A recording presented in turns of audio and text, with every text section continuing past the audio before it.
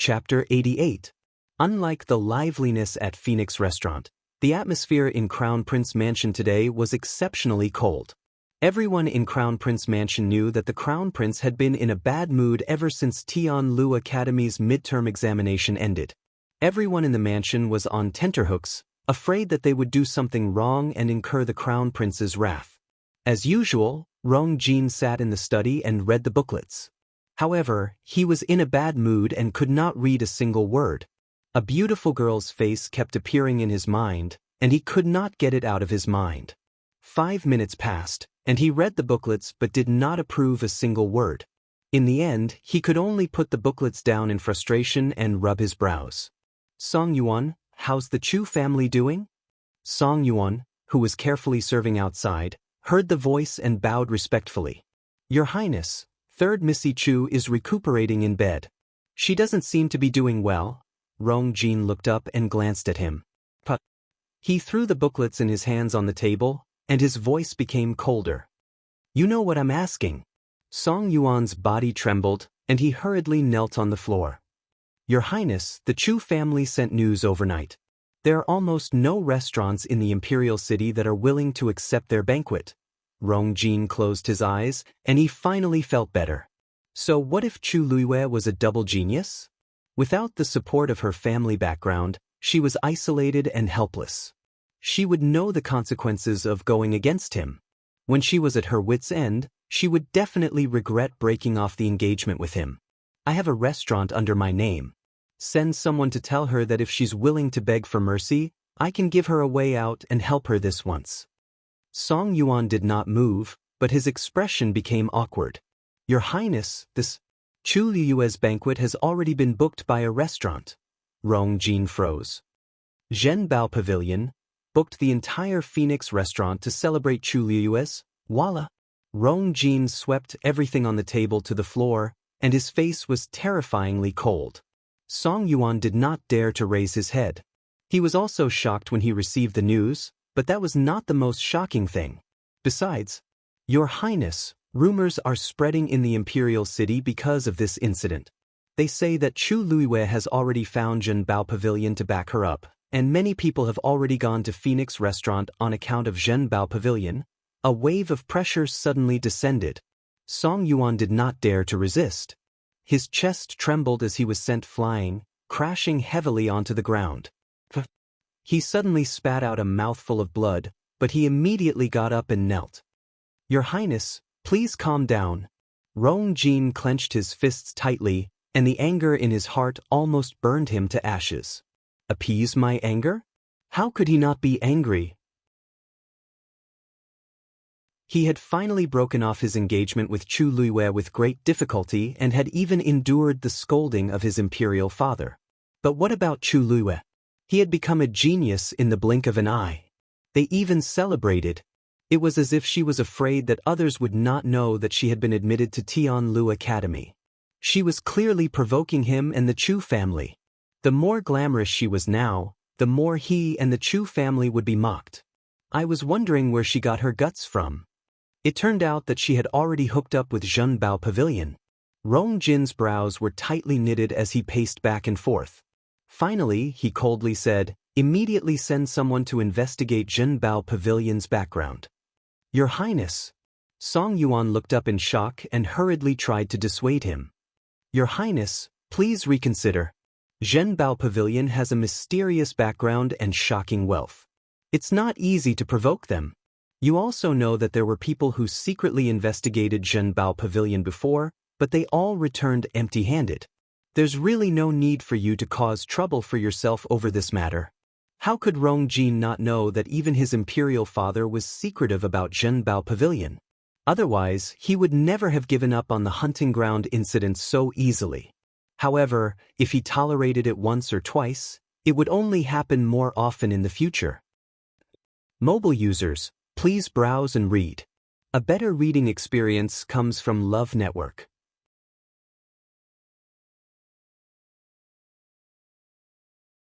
Chapter 89. The people in the imperial capital knew how to read the situation. When Xiangtian and the others found out that Zhenbao Pavilion had booked Phoenix Restaurant for Chu Luiyue, they immediately changed their attitude and rushed over. When news of their arrival spread, many people who were originally neutral changed sides and came one after another. The Crown Prince and the Chu family were not to be trifled with, but Zhenbao Pavilion was even more so. Previously, the Crown Prince had suffered at Zhenbao Pavilion's hands but didn't do anything about it. As such, groups of people began to rush over from all over the imperial capital. By noon, the huge Phoenix restaurant was already full. Manager, the private rooms on the second floor are all full. The main hall on the first floor is also full. However, there are still a dozen guests outside who haven't taken their seats. The servants of Phoenix Restaurant were all so busy that their feet barely touched the ground. Although business was usually good, the second floor was rarely open to the public, so it wasn't this exaggerated. However, now that Chu Luiyue had booked the entire restaurant, the first and second floors were all full. It still wasn't enough. Su Hui also had a headache.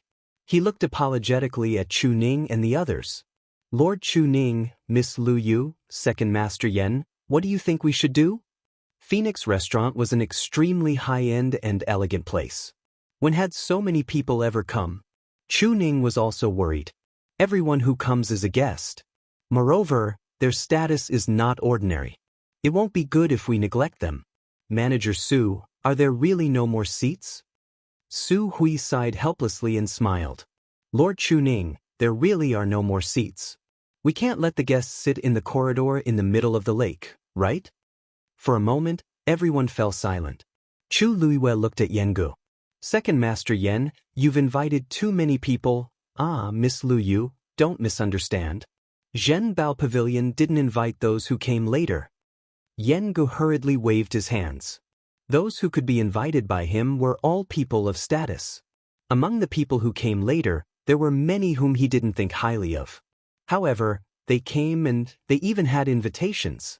Lord Chu Ning, you've sent out too many invitations. Chu Ning coughed and clenched his fists. At first, I thought that no one would come, so I sent out more.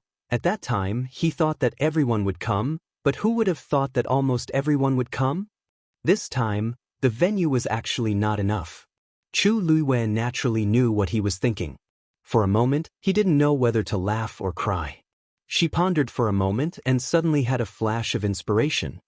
Lord Zhao, may I trouble you to make a trip? Zhao Ming, who was standing at the side, immediately said, Miss Lu Yu, what are your orders? Chu Luiyue took out an invitation card and handed it to him. Lord Zhao, please deliver this invitation card to the Chu clan. As soon as these words were spoken, the expressions of everyone present changed slightly. What are you planning to do? Chu Ning frowned. Today was a great day, so he didn't want to have anything to do with the Chu family. Zhao Ming hesitantly took the invitation. Miss Lu Yu, are you sure you want to do this? Chu Luiyue nodded. Miss Lu Yu, the space in Phoenix Restaurant is already insufficient. Why are you still sending out invitations? And to the Chu clan? Yen Gu couldn't understand her thoughts and couldn't help but ask. Chu Luiyue looked at the disapproving Chu Ning and smiled. Father, do you still remember the servant sent by the Chu clan this morning? Of course I remember. But why mention him? When they returned to Phoenix Restaurant with Su, they had already sent that servant away. Have you forgotten? He said that if we don't have a place to hold the banquet, we can ask them for help. Doesn't the Chu clan have a few restaurants? Chu Ning slowly widened his eyes. You mean? Chu Luiyue tapped on the invitation card and curved her red lips. Their restaurant is not good enough. Naturally, we can't let our distinguished guests suffer there. However, we can let their people bring tables and chairs over. On the street outside the Phoenix Restaurant, there are still quite a few tables. As for the tea, wine, and food, Phoenix Restaurant will still provide them. At the same time, their people can also stay behind to help out, so that we don't have a shortage of people. Isn't it killing many birds with one stone? Zhao Ming asked in a daze. Is this okay? Why can't it be okay? Didn't they say that they can give us a discount on account of our past relationship? Chu Luiyue smiled. Chu Luiyue, can still afford this amount of money. His words left them dumbfounded, and it took them a while to react. Yenga couldn't help but give her a thumbs up. Miss Luyu, you're really amazing. This was no longer a slap to the face. This was simply tearing down the Chu clan's face and trampling it on the ground. If this invitation card was sent to the Chu clan, they would probably vomit blood from anger. As expected of the person favored by the master, her methods were truly admirable. Chu Liwei urged, Lord Zhao, I'll have to trouble you. Alright. This subordinate will go right away. Zhao Ming grinned and immediately headed to the Chu clan with the invitation card. Su Hui came back to his senses and cupped his hands. Ms. Liwei, you're really smart. Shopkeeper Su is too kind. I hope you won't find us troublesome. How could I? Su Hui shook his head and sighed in his heart. The Chu clan must have had the misfortune of 8 lifetimes to have offended such a person. They originally thought that they could use the Chu clan's power to teach her a lesson, but who knew that they would kick an iron plate? The Chu clan was afraid that they would become the capital's laughingstock again. Chu Liwei glanced outside the door. She rested her chin on her hand and tapped her chin. I remember that the Crown Prince also has a restaurant under his name, right? You can find a better reading experience from the Love Network.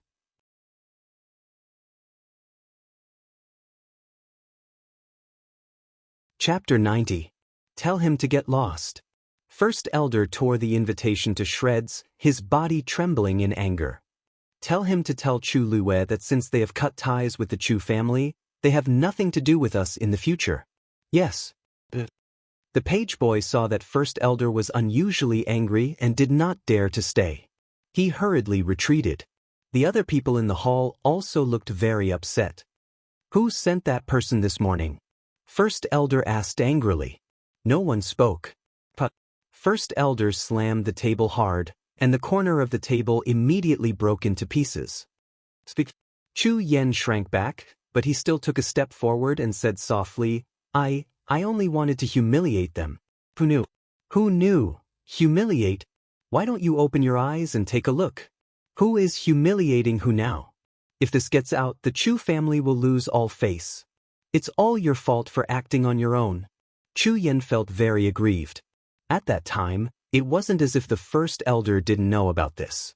Wasn't he very supportive of it at that time? Now that the situation had taken a turn for the worse, he turned hostile as if it was all his fault? No one knew that she would do such a thing. First Elder's face was terrifyingly gloomy. This was not the most important thing. The most troublesome thing now was that half of the Imperial City's reputable people had already gone to Phoenix Restaurant. No matter what the reason was, the outcome was already set. From now on, Chu Ning and Chu Liwei would definitely gain a foothold in the Imperial City. First Elder, I heard that the Lu family head has already gone to Crown Prince Mansion. What do you think should we do now? Someone asked. First Elder took a deep breath. Because of Chu Liwei and Chu Xianmin, the Crown Prince was currently in a fit of anger. He would definitely not be nice to the Chu family. They originally thought that they could use Chu Xianmin to build a relationship with the Crown Prince. Who knew that things would turn out like this? However, they could not lose the Crown Prince Mansion's support now. I'll go there personally. The Chu family's rejection was within Chu Liu's expectations. She calmly asked Su Hui to send people to ask for help from other restaurants. At the same time, she didn't forget to send an invitation to the Crown Prince's residence. Chu Liwei didn't care if Rong Jin came or not. However, she was more than happy to cause trouble for the other party. Unlike the previous repeated rejections, this time, many restaurants immediately expressed their agreement. Their attitude was poles apart from that of the morning. On the street outside the Phoenix restaurant, tables after tables of banquets were set up, taking up almost half of the street. Heads were moving, and the aroma of wine assailed their nostrils. It was truly bustling. The focus of everyone's discussion was naturally related to Chu Ning and Chu Liwei. Who would have thought that the father and daughter who had once been bullied and humiliated would actually be able to enjoy such glory today? 30 years in the East, 30 years in the West. As Chu Ning listened to the countless congratulatory words, he felt rather emotional. Only he knew that all of this was because of you. Brother Chu Ning, if I remember correctly, Lu Yu is already of marriageable age. Now that she's free and you've just been promoted, have you considered which family's talents? Yeah. Your daughter is so outstanding. Many people in the imperial city have their eyes on her. Ha. Brother Chuning, what do you think of my son? And my nephew? My nephew is also a student of Tianlu Academy. They definitely have a lot to talk about when they're together. Chuning broke out in a cold sweat.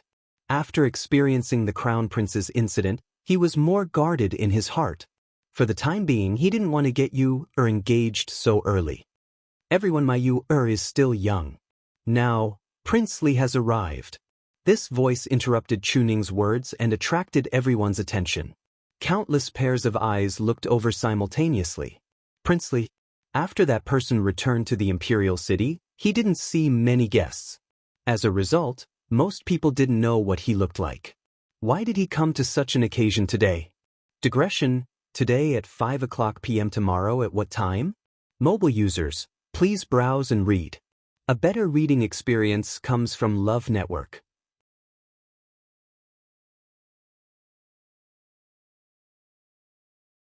Chapter 91. A man wearing a white brocade robe with golden embroidery slowly walked over. He was tall, with broad shoulders and a narrow waist. As he walked, there seemed to be a dark light flowing on his clothes. At this time, the sun was just right, but his body seemed to be surrounded by a cold aura, like the top of a snowy mountain that could not be climbed. A pair of sword-like eyebrows slanted to his temples, a straight nose, and bright and deep starry eyes. Even the most beautiful night sky could not compare to them. As long as one look, it could easily make people fall into them. His thin crimson lips curved slightly, which was just right. His lips, which were originally a little fickle, were warmed up by the lip bead in the middle.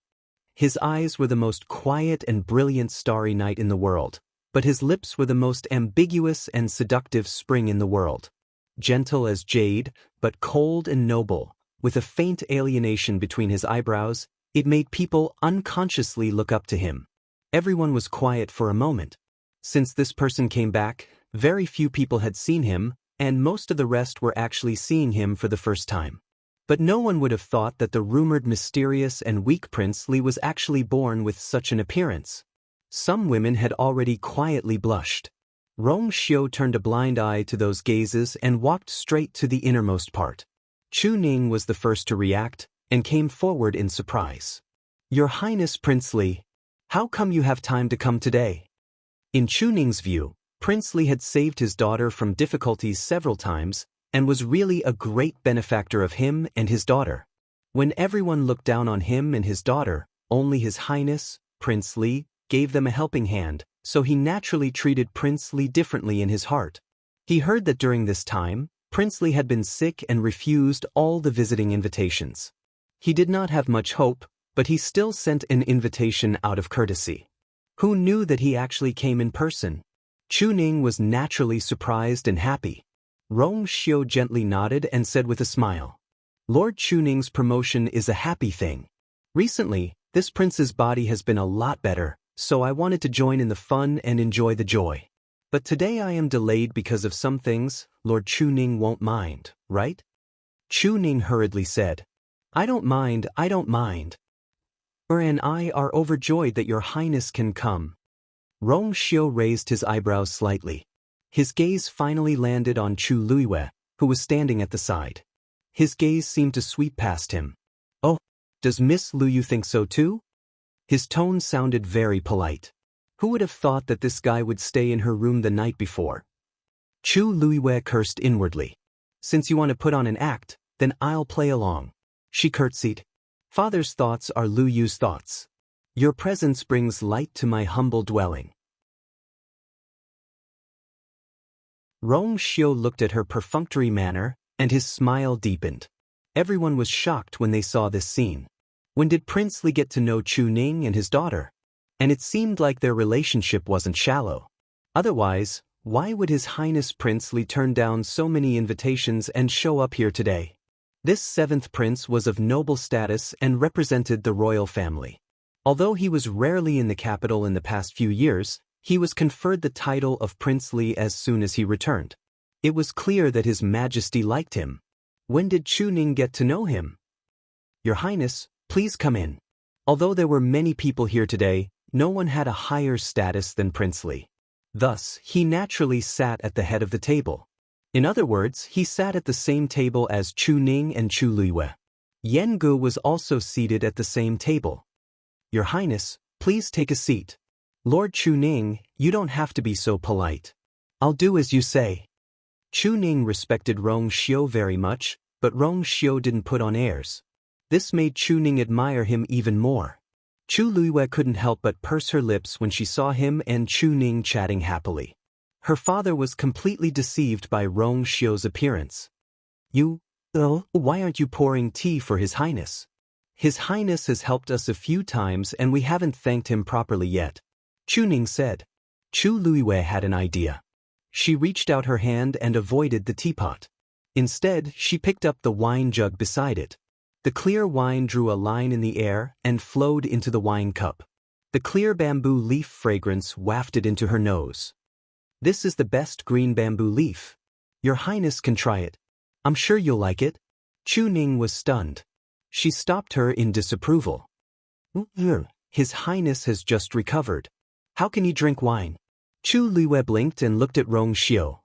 Your Highness, I saw that you were wearing thin clothes today. I was afraid that you would catch a cold, so I specially poured wine for you to warm your body. You don't like it? Rong Xiu looked at her bright eyes.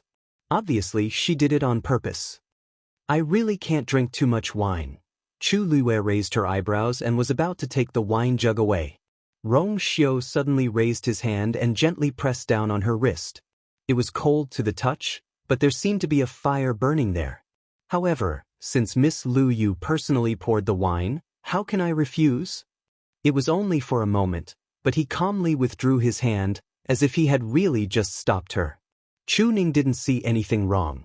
She smiled helplessly. My daughter is willful. Please don't blame her, Your Highness. Rong Xiu's thin lips parted slightly. It's fine. I'm already used to it. Chu Luiwei snorted in her heart. She turned her gaze and found that Yan Gu was still standing. Second Master Yan, why aren't you sitting? Yan Gu smiled awkwardly. No, my waist is a little uncomfortable. I'll just stand. Even if he ate a bear's heart and leopard's gall, he wouldn't dare to sit with his master. Digression. It's updated irregularly during the day. You can read it together later. Mobile users, please browse and read. A better reading experience comes from AI Network.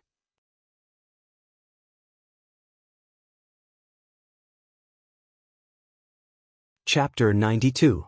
Rong Xiu glanced at him with a half-smile. Second Master Yan, have a seat.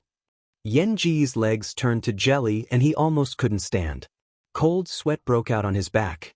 It was fine if others called him that, but this person also called him that. He was going to die. This is not appropriate, Yan Gu forced a smile. Your Highness is of noble status. I should, Miss Lu Yu asked you to sit? Don't stand on ceremony. Rong Xiu retracted his gaze. Yan Gu knew that it would be unreasonable to refuse again. He could only agree as he sat down with trepidation. Hey. Chu Luiwei looked at him strangely. Yan Ji's behavior today was really strange. Even if Rong Xiu was of noble status, he really didn't need to behave like this given Zhenbao Pavilion status in the imperial capital. A vague thought flashed across her mind.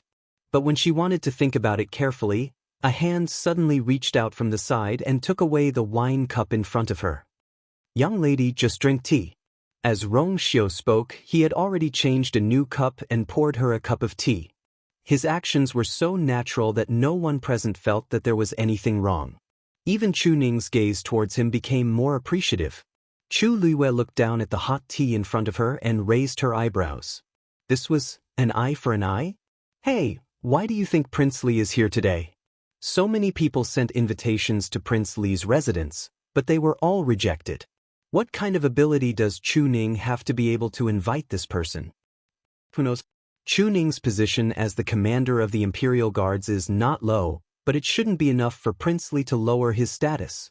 I heard that when fourth princess made things difficult for Chu Luiyue at the crown prince's birthday banquet, it was Prince Li who helped her out.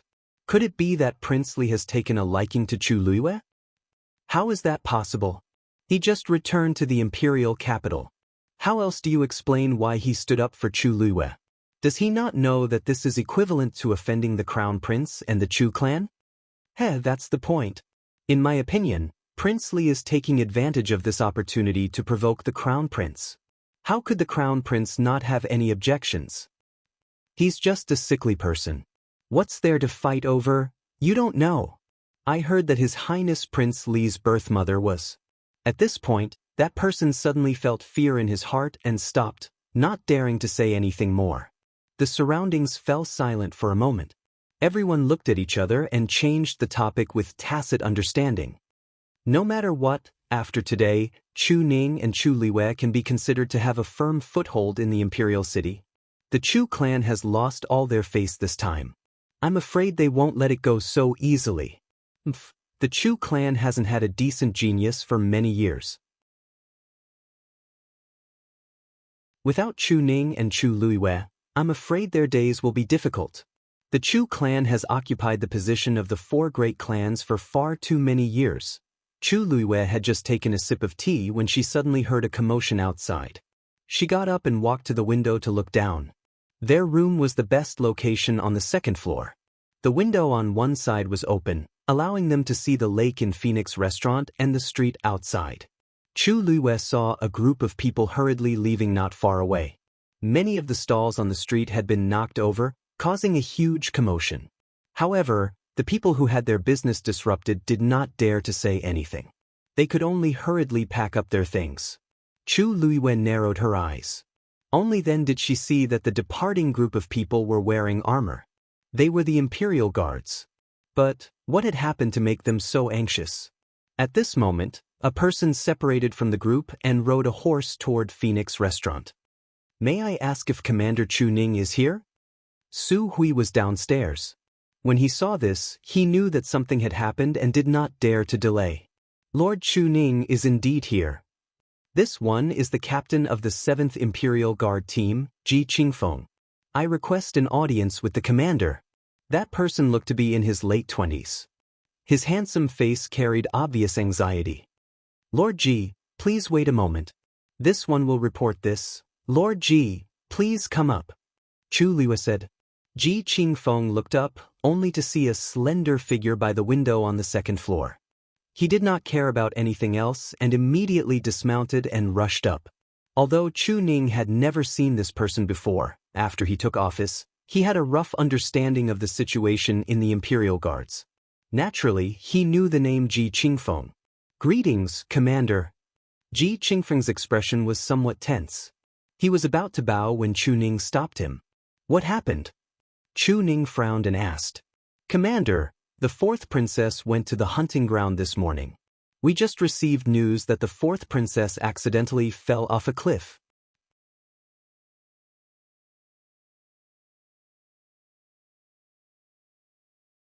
Chapter 93. What? Chu Ning was shocked.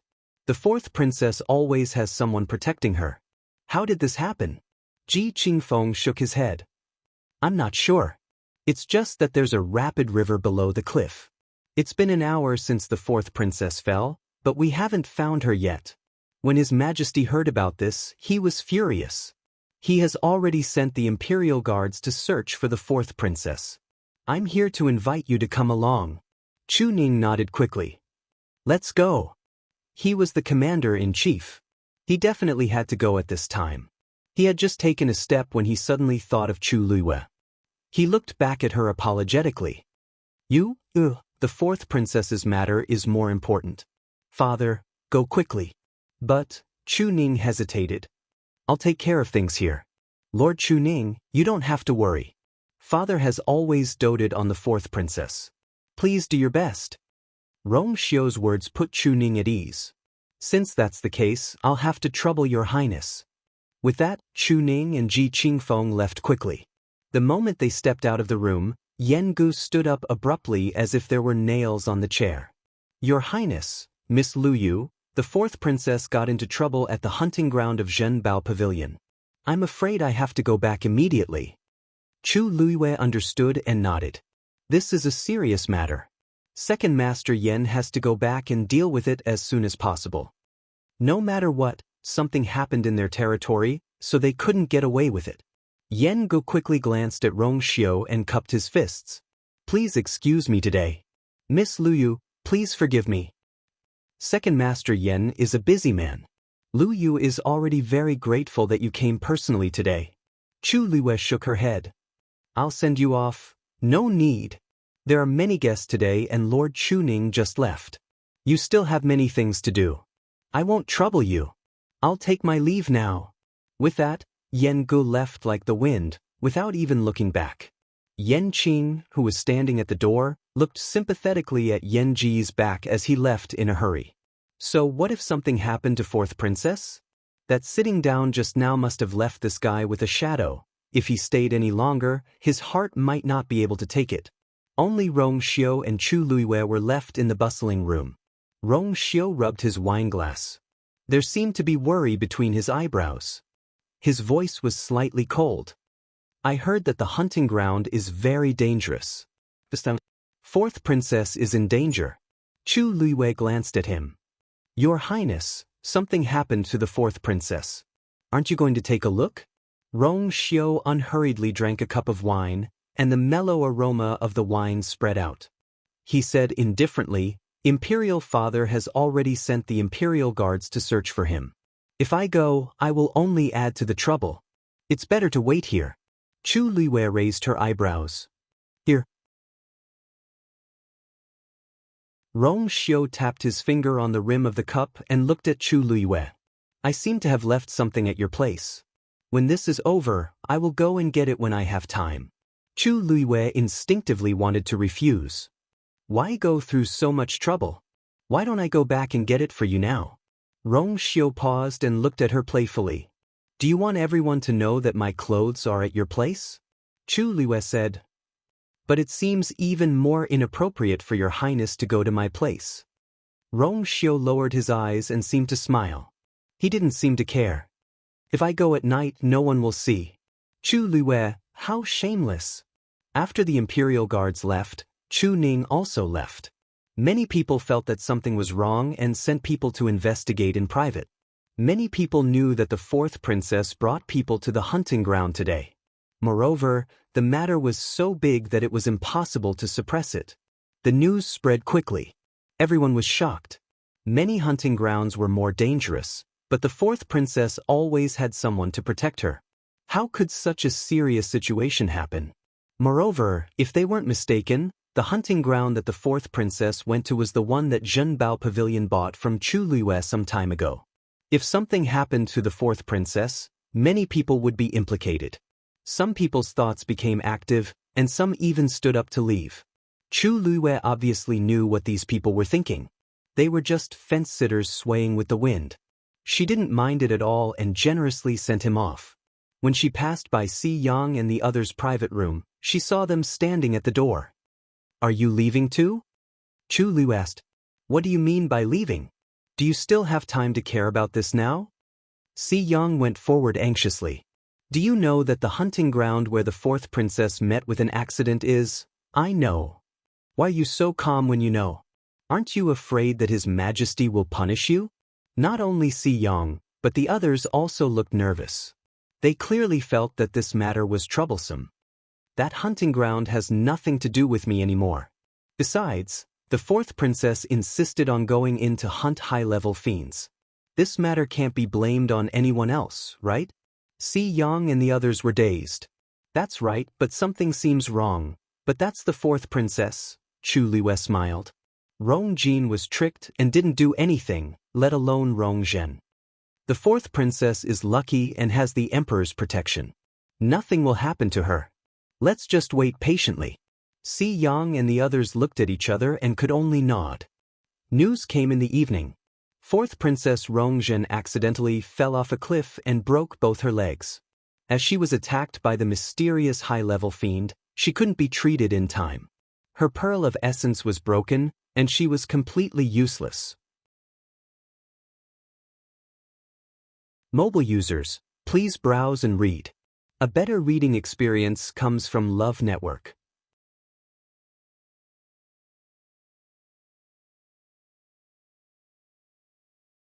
Chapter 94. That night, in the palace, Jiao Lan Hall. The moon hung high in the sky, and the moonlight tonight was especially cold. The atmosphere inside and outside Jiao Lan Hall was heavy.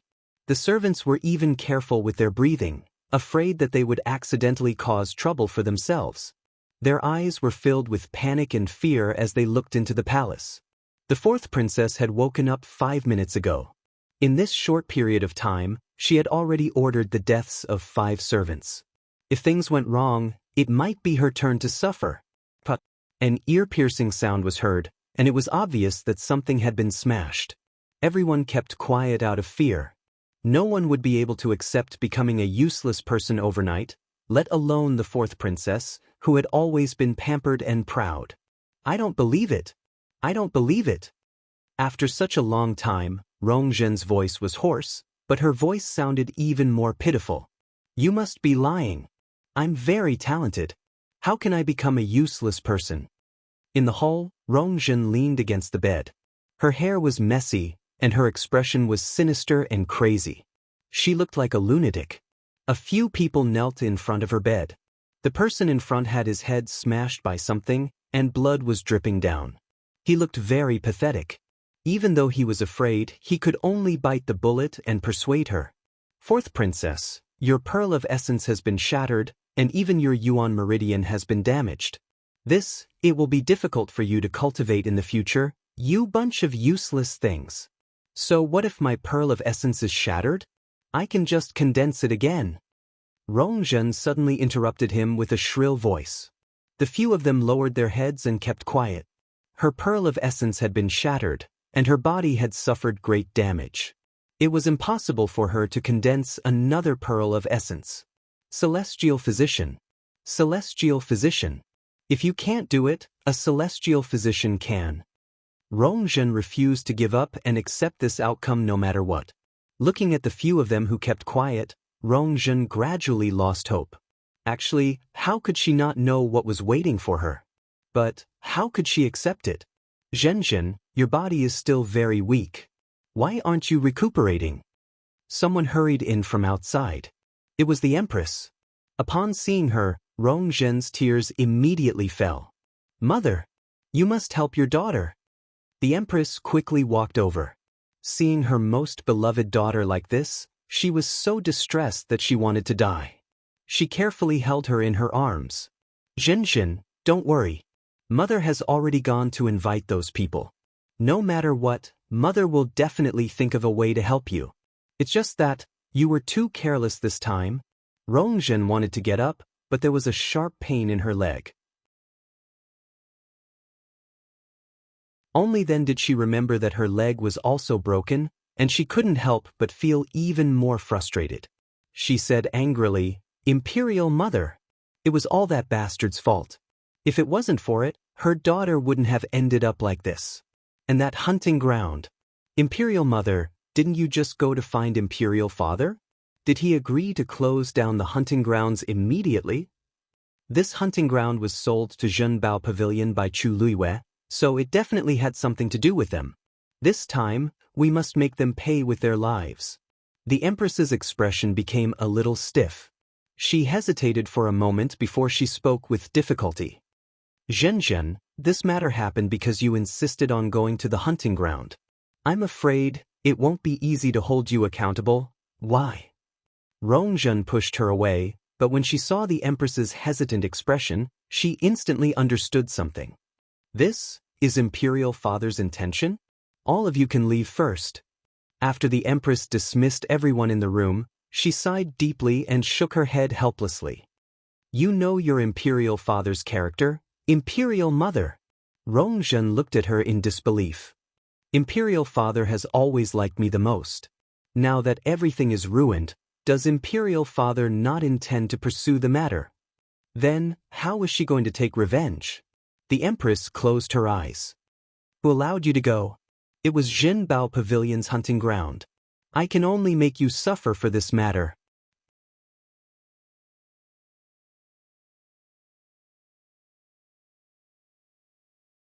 Chapter 95. Rongjun couldn't recover her senses for a long time. What was so taboo about a mere Zhenbao pavilion? She was country Yao Chen's fourth princess. Now that she was in such a state, she didn't even have the right to pursue the matter? Mother, what's Zhenbao pavilion's background? Why is father so protective of them? Does he not even care about his daughter's life? Rongjun couldn't understand. It was the same for brother Crown Prince previously. Zhenbao Pavilion snatched the hunting ground that he meticulously maintained, but nothing happened in the end. You also know that even the Crown Prince can't do anything to Zhenbao Pavilion. The Empress interrupted her. One was her son, and the other was her daughter. How could she not hate them? Thus, even if she knew that His Majesty treated Zhenbao Pavilion differently, she still went to beg them. But the outcome was as expected. His Majesty had no intention of punishing Zhenbao Pavilion at all. Besides, Zhenbao Pavilion rejected you multiple times when you wanted to go to the hunting ground. In the end, they made an exception and agreed because of your insistence. Many people know about this matter. Now that you're injured, who can you blame? So many people at the hunting ground saw it clearly. You insisted on chasing that bastard and ended up falling off the cliff. Even if they want to pursue the matter, what reason do they have? The Empress was also exasperated. Rongjun wasn't in the right at all. Now that she was in such a state, she could only admit defeat. Rongjun was speechless. But she had always been proud and conceited. How could she admit her mistake and regret it? Even so, aren't they in the wrong at all? What will happen to me in the future? Will I really become a good-for-nothing from now on? How can I bear with it? The Empress suppressed the surging emotions in her heart. Zhen, don't worry. I won't leave you in the lurch. If those people can't do anything, we'll think of another way. Soon, the Tianling dynasty's envoy will be here. Perhaps they'll have a way. Rongjun's eyes lit up. Really? The Empress forced a smile. You know a thing or two about how powerful the Tianling dynasty is. Perhaps they really have a way. When the time comes, I'll definitely help you. That night, Chu Luiwei returned home and waited for a long time before Chu Ning returned. Chu Ning briefly explained the situation to her, then shook her head and sighed. It's a pity that the fourth princess was indeed quite talented in the past. Otherwise, His Majesty wouldn't have been so arrogant. From now on, I'm afraid. She recalled how Rongjun had made things difficult for you, at the Crown Prince's birthday banquet and mocked you, for being a good-for-nothing. Who would have thought that in a blink of an eye, would become a genius envied by everyone, and she would become a cripple henceforth? Back then, the father and daughter pair had been bullied so much. Who would have thought that things would turn out this way? Chu Luiwei smiled. Life is unpredictable. You have to pay back what you owe. No matter how she looked at it, Rongjun was the one who caused this. She couldn't blame anyone else, especially not her. However, she inexplicably felt that this matter was a little strange. It was as if there was an invisible hand controlling everything. But she didn't know who it was. Oh right, father, have you found the magical beast that injured the fourth princess? Not yet. It's an extremely powerful high-level magical beast. Even the people protecting the fourth princess weren't its match.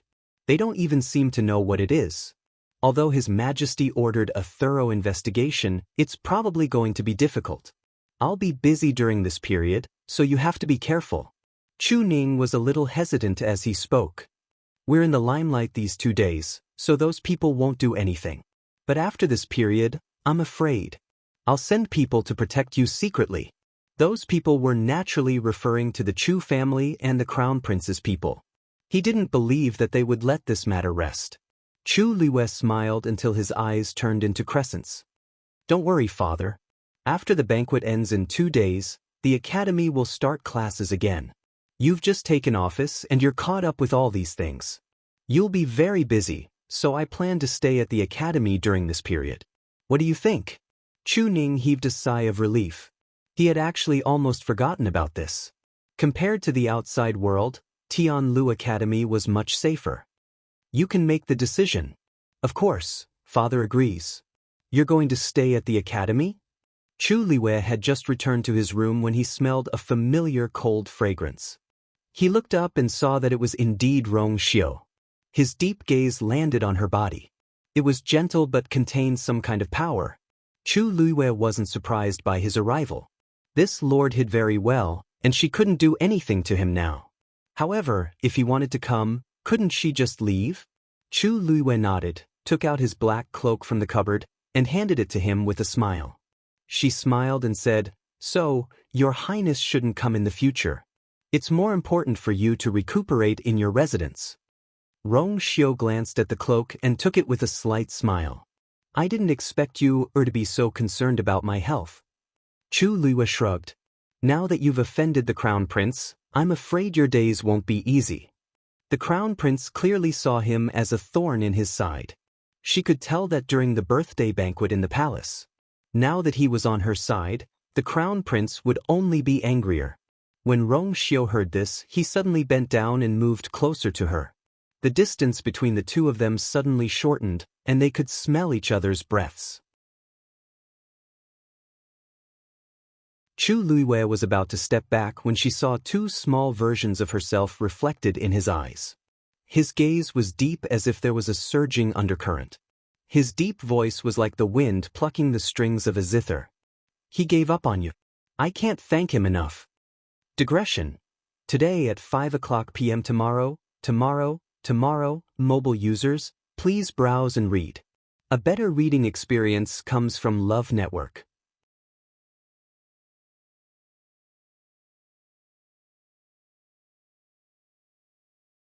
Chapter 96.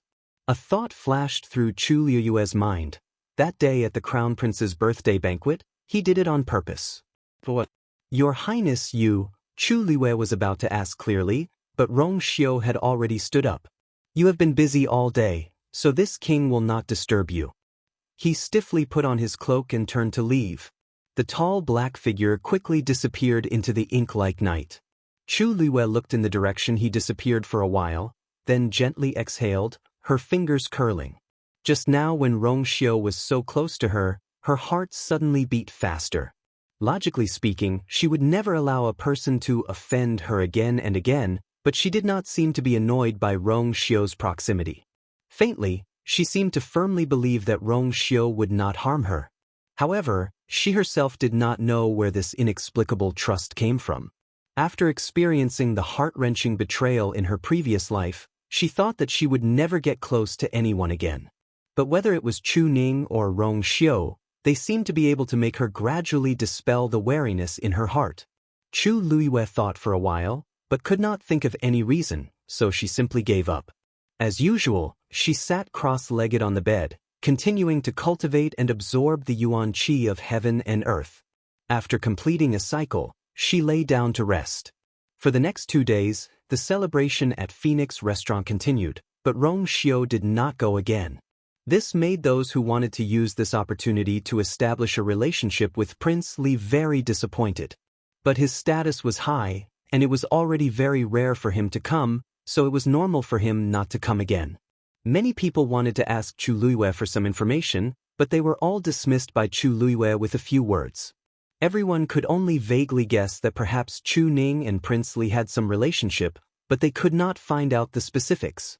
From their conversation, Chu Liwei and Prince Li did not seem to be familiar with each other. This could also be guessed. With Prince Li's status, how could he have any relationship with Chu Liwei? Even if she was admitted to Tianlu Academy and was a martial artist and mystic master double genius, there was still a huge gap between her and Prince Li without the support of an aristocratic family. On the other hand, Chu Ning, the new Imperial Guard's commander, was the Emperor's trusted aide, so he was worth interacting with. But these 2 days, Chu Ning had been busy with the fourth princess's matter and did not appear at Phoenix Restaurant, which made many people feel regretful. With these few things stacked together, the crowd's attention on Chu Liwei lessened significantly. Xiu xiu xiu xiu xiu, xiu xiu you xiu xiu. It's xiu xiu xiu xiu xiu you no matter what, Chu Liwei had Zhenbao Pavilion's support, so she was not to be trifled with. Xiu xiu xiu's xiu you xiu xiu xiu was school, xiu xiu day. Many people had already arrived at the entrance of the academy, making it much livelier. Chu Luiwei alighted from the carriage and immediately attracted many people's attention. The originally noisy entrance immediately quieted down. Countless pairs of eyes looked over with different expressions. "Little Lu Yu, you're finally here." Following this excited voice, a person walked quickly toward Chu Luiwei. It was Bai Chen. "Teacher Bai Chen." Chu Luiwei greeted him. Bai Chen looked at her happily. "I've been waiting for you for a while. Why are you only here now?" "I'm staying in the academy and have many things to pack, so I'm a little late," Chu Luiwei explained. Bai Chen chuckled. "Your residence has already been arranged. Just follow me." Chu Luiwei nodded. "Thank you for your trouble, Teacher Bai Chen." "No trouble at all. You're now a popular figure in the academy. Many people want to snatch this opportunity. But they can't beat me, hee hee." Chu Luiwei's talent was obvious to everyone. After she chose to cultivate as a mystic cultivator, she had yet to choose a teacher. The mystic cultivator teachers were all very excited. Who wouldn't want such a talented disciple? Today was Chu Luiwei's first day of school. They naturally couldn't miss such a great opportunity to get close to her. Although Bai Chen didn't have much hope for himself, he liked Chu Luiwei from the bottom of his heart, so he was happy to come. "Is this your luggage in the carriage?" "It's all daily necessities." "Then I'll find someone to help you." Before Bai Chen could finish speaking, a mocking female voice suddenly sounded from the side. Where did this lousy carriage come from? It actually dares to stop at the academy's entrance? This voice was somewhat familiar. Chu Luiwei's eyes turned and saw a familiar face. Lu Fian. She stood in the distance and covered her nose as she looked at Chu Luiwei's carriage in disgust. She didn't hide her disdain at all. "Is this carriage made of rotten wood? Why does it have a moldy smell?" Her gaze swept over Chu Luiwei and she sneered. She deliberately raised her voice and said to the people around her, "Look, that horse's fur is of a mixed color. It's obvious that it's an inferior breed. Why would any respectable daughter of an aristocratic family use this kind of carriage?" The other women behind her also echoed her words. She's no longer a daughter of an aristocratic family. Of course, she can't compare to us." "That's right. So what if she's a genius? Isn't she still poor? What a joke." Bai Chen's face darkened. He was about to flare up when Chu Luiwei stopped him. "Teacher Bai Chen, I know that carriages can't enter the academy, but I brought a little too many things. Can you call a few people to help?" Bai Chen was stunned. "Of course." Chu Luiwei looked at Lu Fian and the others, who were laughing together, and smiled. "Then I'll leave it to you guys." A better reading experience came from the Love Network.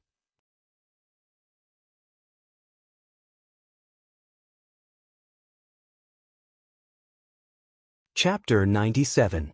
Lu Fian's smile froze on her face. "Who do you think you are? How dare you order me around?" Chu Luiwei had already left the Chu family and was nothing. Even if she was still the first miss of the Chu family, she did not have the right to do so. "Lu Fian, this is the academy, not the Lu family. Why are you throwing a tantrum?" Bai Chen was used to such situations, so he was not affected at all. He spoke harshly.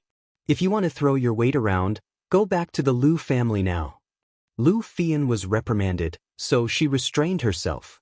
However, it was impossible for her to be Chu Luiwei's assistant. "Mr. Bai Chen, Chu Luiwei just enrolled today. Although she's in the same batch as us, it's not up to us to do these things, right?" Bai Chen sneered. "Although it's her first day here, she's much stronger and more talented than all of you. In Tian Lu Academy, the strong are respected.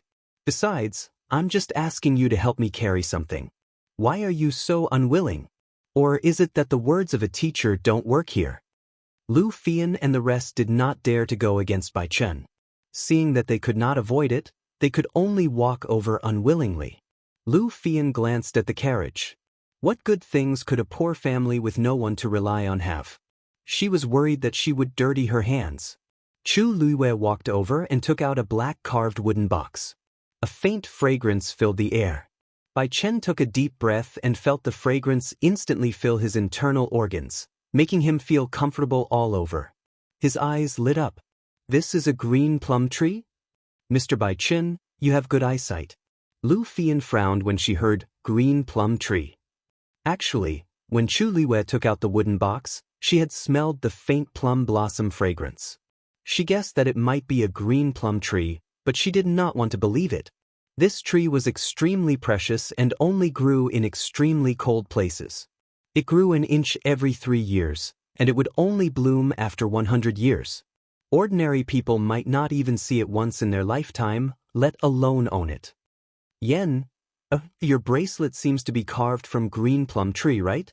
A woman beside him couldn't help but ask in a low voice. Lu Fian's face turned pale. When she had been admitted to Tianlu Academy, her mother had specially bought her a bracelet made of plum wood as a reward. She liked it very much and often wore it on her hand, so everyone who was close to her knew about it. This bracelet had attracted the envy of many people. But now, Chu Liwei actually took out a wooden box carved from green plum wood? Just the material alone was several times more expensive than the bracelet. Her wooden box must have cost a lot, right? Another woman murmured. What do you know? There were also good and bad plum trees. Don't be fooled by the size of this wooden box. It might just be made from some cheap leftover materials. Lu Fian said snappily. Chu Liwei raised his eyebrows. So Miss Lu has seen the green plum wood before. Then I'm relieved. You can take this thing. Lu Fian was stunned. She felt something heavy in her hand. Chu Liwei had already placed the item in her hand. It was warm and delicate to the touch.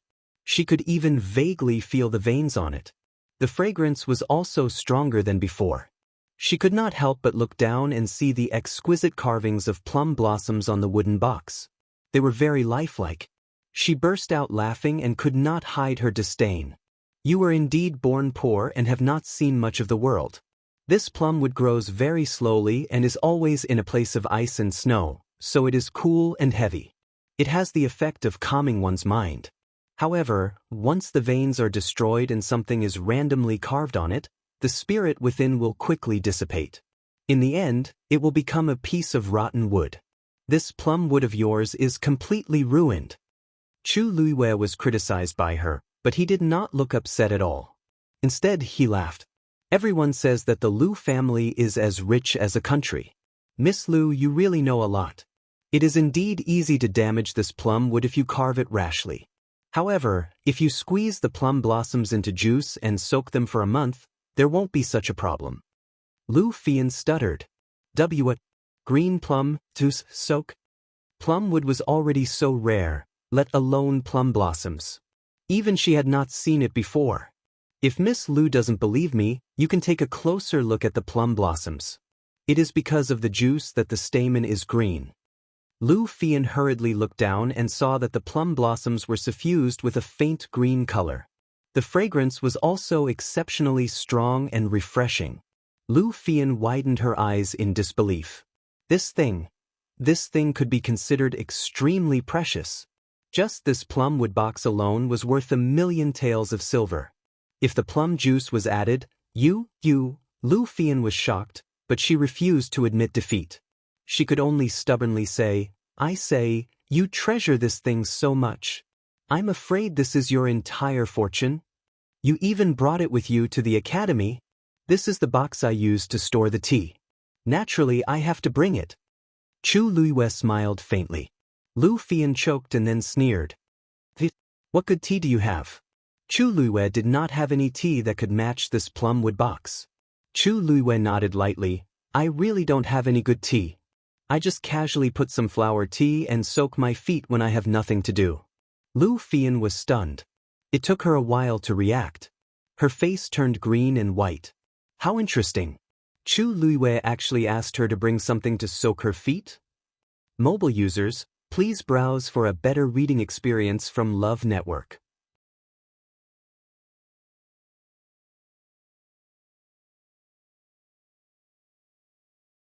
Chapter 98. What was worse was that Chu Liwei actually used the precious green plum wood box to hold the flower tea. This was simply a waste of God's gift. Lu Fian really wanted to ask Chu Liwei what he was thinking. But when the words were about to come out of her mouth, she saw Chu Yue's calm expression and indifferent tone, as if this was an ordinary matter that was not worth mentioning. In this way, it would seem that she was making a fuss over nothing and had not seen the world.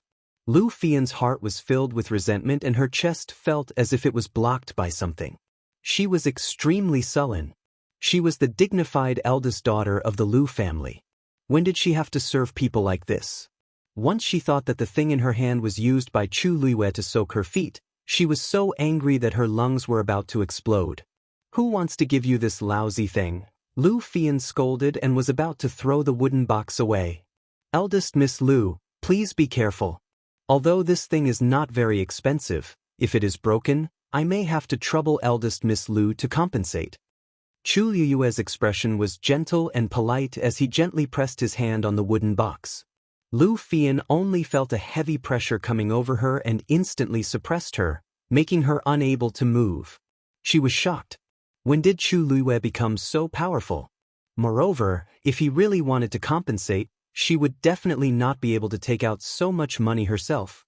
After a long struggle in her heart, Lu Fian finally released her strength and said with gritted teeth, "I know. Isn't it just a green plumwood box? What is there to be proud of?" Boos came from the crowd. Lu Fian's words were really too sour. When she wore the green plumwood bracelet, her chin was raised to the sky. Moreover, this Chu Liyue was only used to hold flower tea. How could this be compared? Chu Liyue curved his eyes in satisfaction. Eldest Miss Lu is really a tactful person. After saying that, Chu Liyue took out something from the carriage. Rainbow glass cup. This thing is very brittle. If the temperature is too high or too low, it will explode. Please hold it carefully. Purple jade fan. It's the middle of summer now, and the weather is very hot. It's good for fanning. Oh, this inkstone is made of gold thread. You can't touch it directly with your hands. You have to use a silver thread pad to hold it. Chu Liyue explained the details to them as he took them. The originally arrogant Lu Fian and the others were gradually dumbfounded. These things could be said to be priceless. There were even some that they had only heard of but had never seen before. Looking at those things, Lu Fian, who was originally filled with resentment and unwillingness, became even more unsightly. She had originally thought that the green plumwood box was the only thing Chu Liyue could bring out, but now it seemed that this was clearly not the case. Lu Fian recalled how she had mocked Chu Liyue, saying that she came from a poor family. She felt suffocated and her face was burning. How he wished he could find a hole to crawl into right now. Even a fool could tell who was the one who hadn't seen the world. If Lu Fian was like this, there was no need to mention the others. The few women were already stunned. They held the things in their hands stiffly and didn't dare to move for fear that they would accidentally damage the things. They couldn't afford to pay for it. The surrounding crowd, who had been waiting to watch a show, was also stunned. This Chu Liyue, wasn't she too generous? Didn't they say that she and Chu Ning had completely severed ties with the Chu family? Logically speaking, their lives should be quite tense, but now, it seemed that they were better off than most of the aristocratic family's descendants.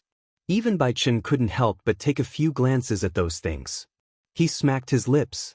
I really couldn't tell that little Lu Yu had so many good things. These weren't things that could be obtained with money. Some treasures were things that even he didn't have the means to obtain. Chu Liyue smiled but didn't say anything. How could the original Chu Liyue have these things? Even the Chu family might not be able to afford such things. These were actually things that she had picked out from the boxes that Second Master Yen had sent over. Just these alone had already attracted the attention of many people. If they knew that she had even more at home and these weren't even 1/10 of what she had brought over, what would their expressions be? At first, she was already very surprised when she saw that Second Master Yen had sent over so many boxes of gifts. She didn't expect an even bigger surprise to await her after she opened them. Every single item inside was an extremely precious treasure. The so-called treasures in Zhenbao Pavilion couldn't compare to these at all. Chu Liyue couldn't help but re-evaluate Zhenbao Pavilion's wealth and background. It had been a few days since the incident with the fourth princess, but there had been no news of His Majesty punishing Zhen Bao Pavilion. She could already guess many things from these incidents. Zhen Bao Pavilion was even more mysterious than she had imagined. In her previous life as the Heavenly Princess, she had seen and used the best things. The value of these things wasn't enough to shock her. But these things, from the teacup to the writing brush and ink, even the flower tea in the green plumwood box, she liked them all. Everything was just right. She liked them all. Mobile users, please browse for a better reading experience from Love Network.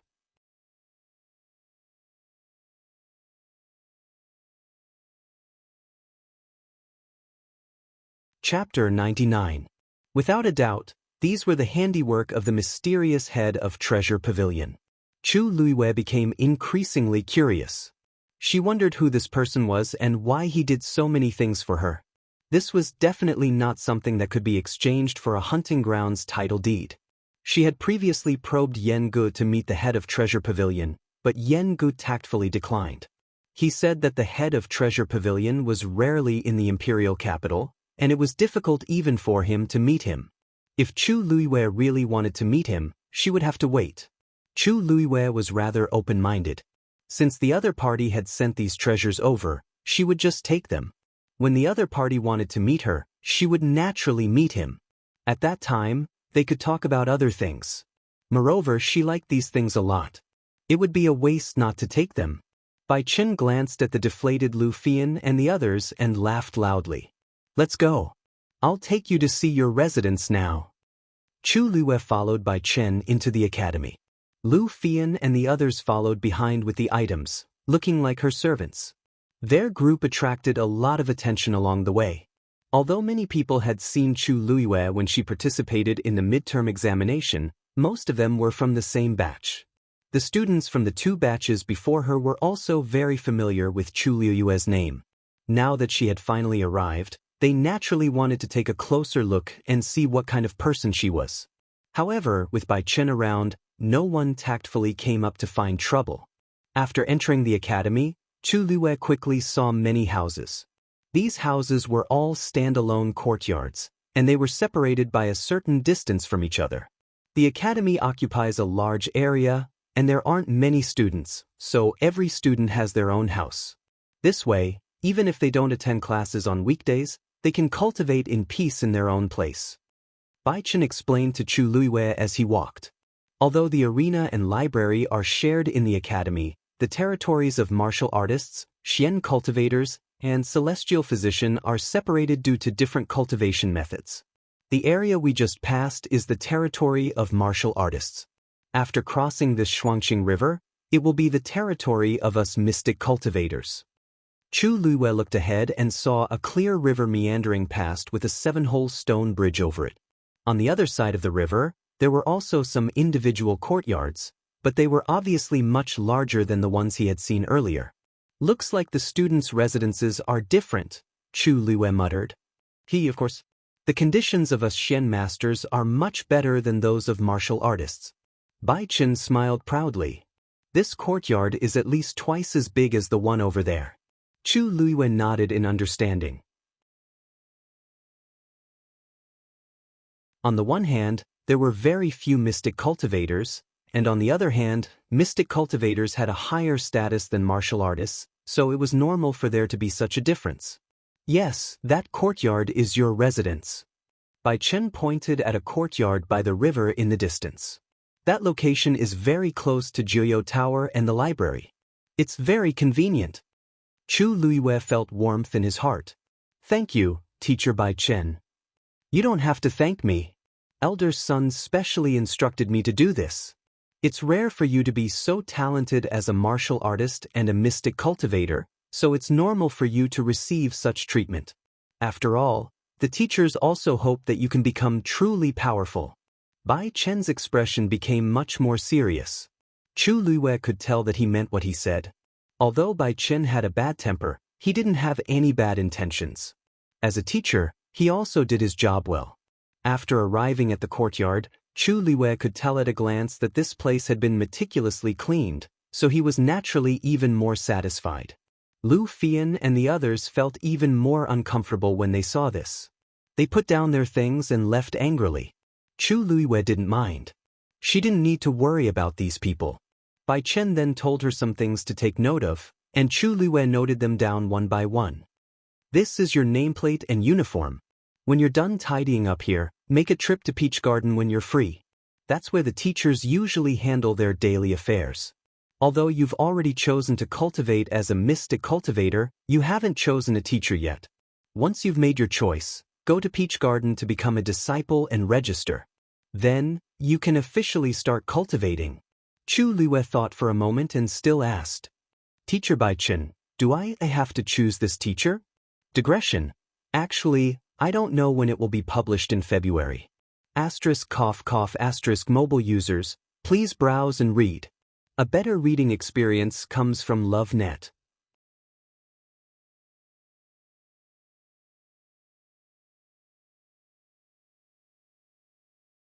Chapter 100. Bai Chen looked at her strangely. Of course, since you've entered the academy to cultivate, how can you not have a teacher? Especially Xian masters, you need a teacher's careful guidance. Otherwise, you will definitely take many detours. Why? You don't want to choose a teacher. Chu Luiwei wanted to say something but hesitated. Seeing his surprised expression, she shook her head with a smile. That's not it. Luyu was just asking casually. There are many teachers in the academy, but I just came and don't know much about them, so I haven't thought about it yet. Bai Chen didn't suspect anything and laughed. I see. Actually, you don't have to be so conflicted.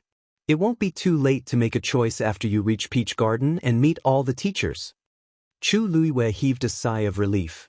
Then you can be at ease. Bai Chen winked. Actually, when you enter the academy, most students are like you and don't know much about the teachers. However, they don't have as much choice as you do. Your midterm assessment results were first in the warrior assessment and second in the Xian master assessment. Now, all the teachers want to take you in as a disciple. It's all up to you. This kind of treatment isn't something that everyone can get. Only a rare genius like Chu Luiwei could make those fellows restless. Then I'll pack up and go later. Chu Luiwei's courtyard was a small two-story building. It was clean and tidy. She looked around and realized that everything she needed was already prepared. There was no need for her to bring anything. However, she still put away the things she brought and changed into the academy uniform. She pinned a nameplate on her left chest before leaving for Peach Garden. Bai Chen had already told her how to get to Peach Garden, so Chu Luiwei had a smooth journey. From afar, Chu Luiwei saw a simple and spacious courtyard. Just as she stood in front of the door, Chu Luiwei felt a heavy pressure coming at her. She narrowed her eyes, but she didn't move. She just stood there. Just as that biting cold aura was about to reach her, it suddenly dissipated. The wind ruffled the hair on her forehead. Chu Luiwei's expression did not change. He cupped his fists and saluted. Student Chu Luiwei greets teachers. A moment later, a warm laugh was heard. I already said that this girl is really capable, yet you still insist on personally trying. Aren't you afraid of being laughed at by this girl? It was Sun Zhongyan's voice. Girl, come in. As soon as she finished speaking, the invisible force in front of Chu Luiwei completely dissipated with the wind, and she stepped in. Contrary to its name, there were no trees or flowers in the Peach Garden. There were only some rough stones that were placed messily. However, Chu Luiwei could tell at a glance that these stones were arranged into a special Xian formation. With this place as the center, the power of the Xian formation spread out in all directions. Once activated, the power of this Xian formation could not be underestimated. Chu Luiwei quickly retracted his gaze. Sun Zhongyan was sitting on a stone bench in the courtyard, playing chess. When he saw her, he put down the chess piece in his hand. Chu Luiwei noticed that the chessboard was exactly the same as the one she used to take the Tianlu Academy exam. However, the chessboard today was filled with scattered chess pieces. It was obviously many times more complicated than the one she used to play that day. Girl, have you chosen your teacher? Chu Luiwei hesitated for a moment and shook her head. Teacher Bai Chen asked me to visit all the teachers first. As she spoke, She looked around and realized that there was no one else in the courtyard other than Elder Sunday. There were a few rather obscure auras in the room. Elder Sun, the other teachers, Chu Liwei did not understand. Sun Zhongyan pointed at the chessboard. Everyone wanted to be your teacher, so we had a competition. Now they have all lost. I'm the only one left. He smiled at Chu Liwei. What do you think of me being your teacher? Chu Liwei was stunned. If she remembered correctly, Elder Sun seemed to be Si Ting's teacher too. Just as she was hesitating, a gray figure suddenly rushed over from afar. A deep voice exploded in the sky above the peach garden like thunder. I don't agree. Digression? Elder Yi expressed his disapproval. Today at 5 p.m., please browse for a better reading experience from Love Network.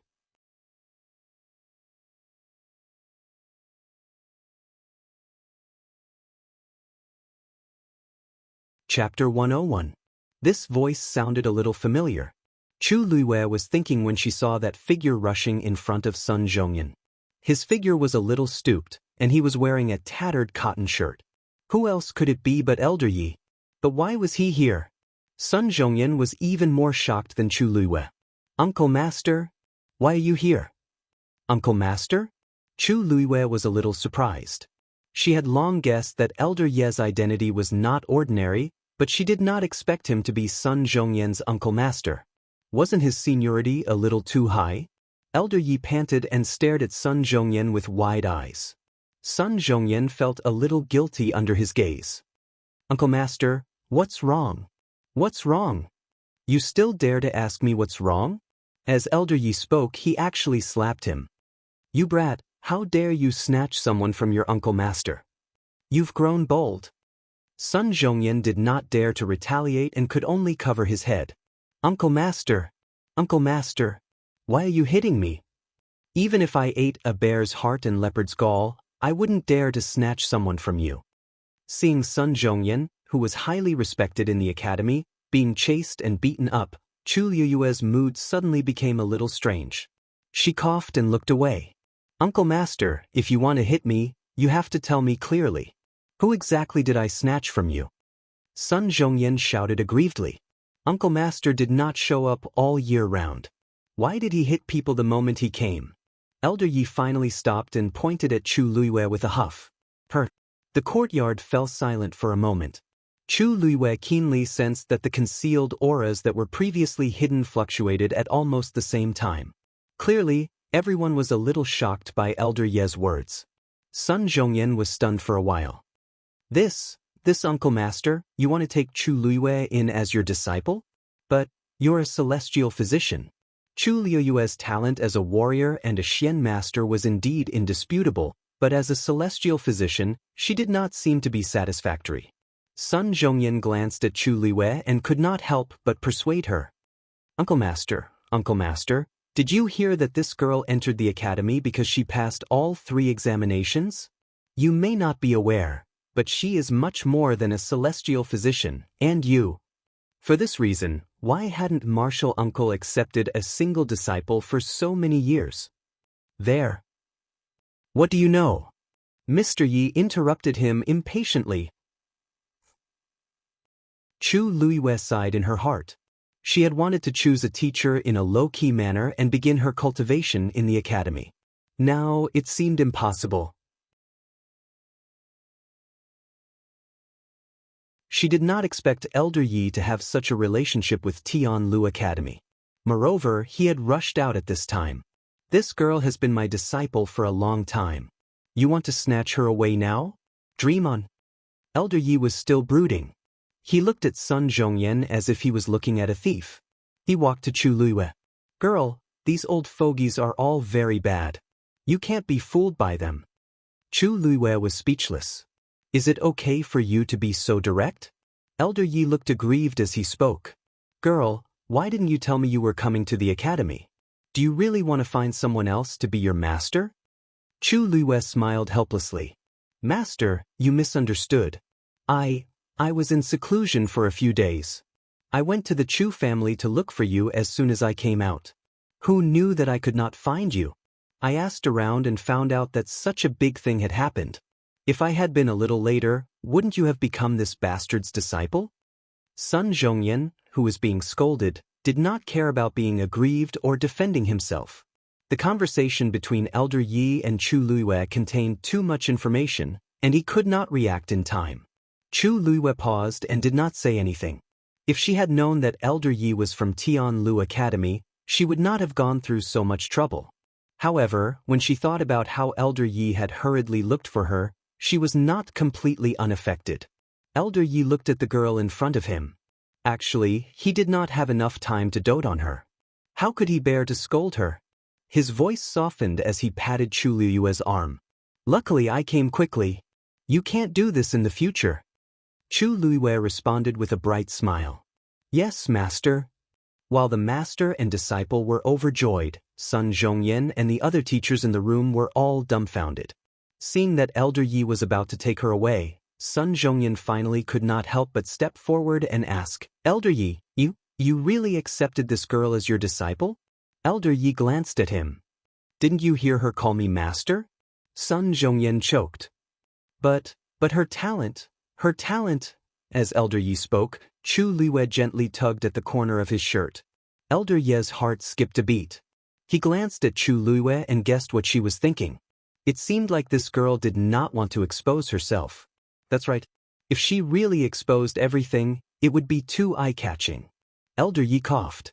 Anyway, she passed the Celestial Physician exam, and we hit it off very well. We have already gone through the ceremony. Whatever you say is useless. He looked like he had made up his mind. Sun Zhongyan felt that it was a pity. Chu Luiyue did not have any potential as a celestial physician. Even if she became his disciple, her future was bleak. Master, I'm actually very interested in Xian formations. I came to the academy this time to learn a thing or two. Chu Luiyue's words worried Elder Yi. You really want to be this brat's disciple? Chu Luiyue held back her laughter and shook her head. Since I already have a master, it's naturally not good for me to take someone else as my master. This disciple wants to cultivate as a Xian master on her own. Can you agree? On your own. Sun Zhongyan felt that this was unacceptable. Girl, you have to think carefully. If you don't have a teacher to guide you seriously, the path of a Xian master won't be easy. Chu Luiyue nodded insistently. Thank you, elder son, but I've already made up my mind. Master, you don't have any objections, right? Elder Yi wanted to say something but stopped. Actually, he had already vaguely guessed that perhaps Chu Luiyue really did not need a Xian master teacher. Just like her cultivation as a celestial physician, her realm was unfathomable, and she was more than qualified to be his teacher. Why would master stop you from doing whatever you want to do? This matter is settled. Elder Yi waved his hand. Bring me the registration list. Very quickly, someone walked out of the room and brought a thick booklet. A few words were written in gold on the cover. Tianlu Academy. Elder Yi placed his hand on the booklet and released it. The pages actually flipped by themselves. Chu Luiyue stood at the side and could clearly see the names written on the pages. The students' names were all black, and the teachers' names were all red. The booklet flipped to the latest blank page and finally stopped. Elder Yi's expression froze. He stretched out his finger and wrote down a name on the page. Yi Zhiding. A dazzling golden glow shone brightly. His name was actually golden. Very quickly, Chu Luiyue saw a line of words appear below his name. Tianlu Academy's 65th Director. Digression. Today, Mujiaging mobile phone users, please browse and read. A better reading experience comes from Love Network.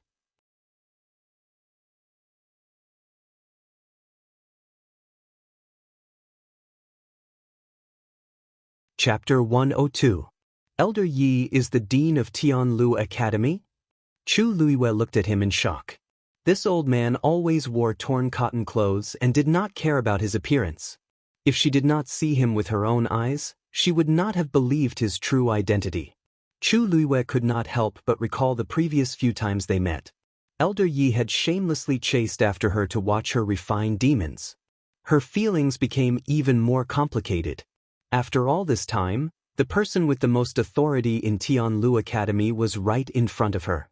Elder Ye's expression was serious, which was rare for him. His fingers continued moving. Another name appeared on the page of the book. Chu Luiwei. Chu Luiwei realized that her name was actually red. It was the same color as the teachers in the academy. Then, a small line of words appeared below her name. Cultivation, celestial physician, Xian master, martial artist. Due to the limitations of their talents, normal students would only cultivate one skill. However, Chu Luiwei was different. Elder Yi knew that her talents might be stronger than he had imagined. Thus, he simply wrote down all 3 skills for her. This would be much more convenient in the future. When he wrote down the last word, a golden ray of light flew out from Elder Ye's name and entered Chu Luiwei's nameplate on her left chest. Every student's nameplate has a trace of their teacher's power. Not only can it be used to identify one's identity, but it can also be used as a trump card in times of danger. Elder Yi explained as he let go of his hand. The page slowly closed on its own and returned to the teacher who had sent the book over. All right, your name has been registered. From now on, you will be my true disciple. Elder Yi looked at Chu Luiwei emotionally. He could not hide the excitement in his heart. Even though Chu Luiwei had already served him tea previously, only the 2 of them knew about it at that time. Now that both of their names were written on the academy's nameplate, it would be very different. In the future, everyone would know that Chu Luiwei was his disciple. Thinking of this, Elder Yi was elated. He had lived for most of his life. Many people had advised him to take in disciples, but he had rejected them all because he found it troublesome. Now, there was finally someone who caught his eye, and he was even a genius that was hard to come by in 100 years. All of a sudden, he had surpassed everyone else. How could he not be happy? Let's go. We haven't seen each other for such a long time. I have many things to say to you. After finishing his business, Mr. Yi left with Chu Luiwei, leaving Sun Zhongyan and the others looking at each other. The peach garden was silent for a long time before a helpless laugh could be heard. To think that we've been fighting for so long. In the end, he's already the dean's student. Yi Lao originally wanted to bring Chu Luiwei to his place, but he suddenly remembered that he had been away for a long time and that his place might not have been cleaned yet. In the end, he followed Chu Luiwei back. Fortunately, at this time, most of the students in the academy had already started their classes or cultivation. On their way back, they didn't meet anyone. As soon as they entered the room, Mr. Yi immediately asked, "Little girl, why didn't you tell me earlier that you wanted to come to the academy? She even had to go through so much trouble to take 3 exams.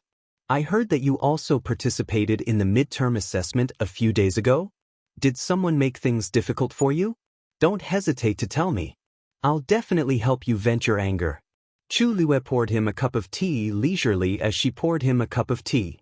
"Speak slowly. There's no need to rush." Mr. Yi stopped drinking tea and finally had some time to rest. Chu Luiwei briefly told him what happened during this period of time.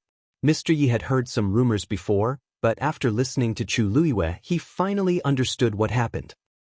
So many things happened during this period of time. "Little girl, didn't you say that if you ran into any trouble, you could just come to me? As your master, I couldn't help you at all." Mr. Yi was filled with guilt. In his view, Chu Luiwei was still a child. Who knew how many difficulties she had to go against the Chu clan and the crown prince? However, Chu Luiwei smiled nonchalantly and teased him. "At that time, I didn't know your true identity. If I knew, how could I not come to you?" This sentence made Mr. Yi even more embarrassed. "It was my negligence." He had a carefree personality and never liked to deal with the school's affairs.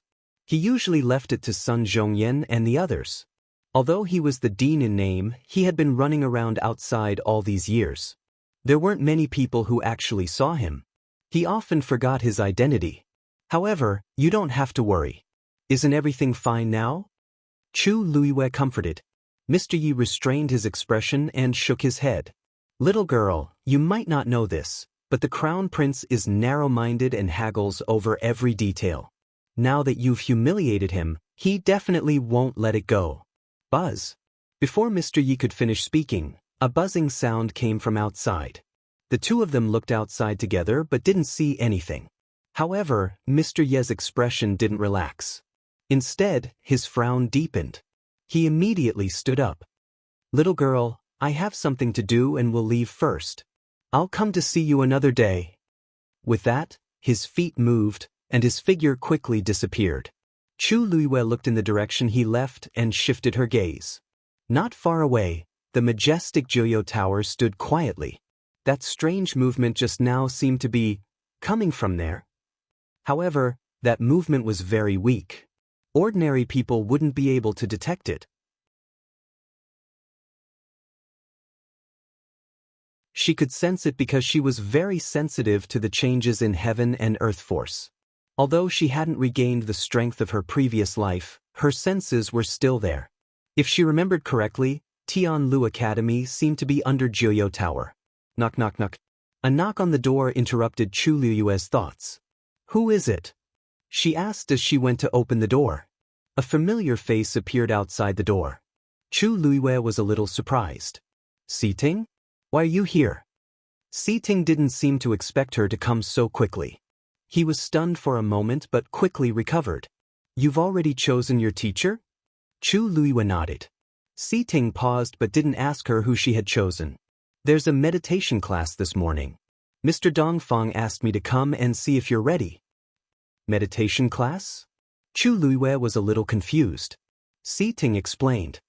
Although most of the Xian master's cultivation is done independently, there are common classes. This class is taught by Mr. Dongfang. Chu Luiyue then understood that Siting was here to ask her to go to class. She sized him up and couldn't help but tease him. "Mr. Dongfang actually sent you over for such a small matter?" Siting averted his gaze, his handsome face still expressionless. "It's just that I solved the first round first, so I had time to come. If you're ready, come with me." Chu Luiyue didn't ask much and followed him to class. Mobile users, please browse and read. A better reading experience comes from Love Network.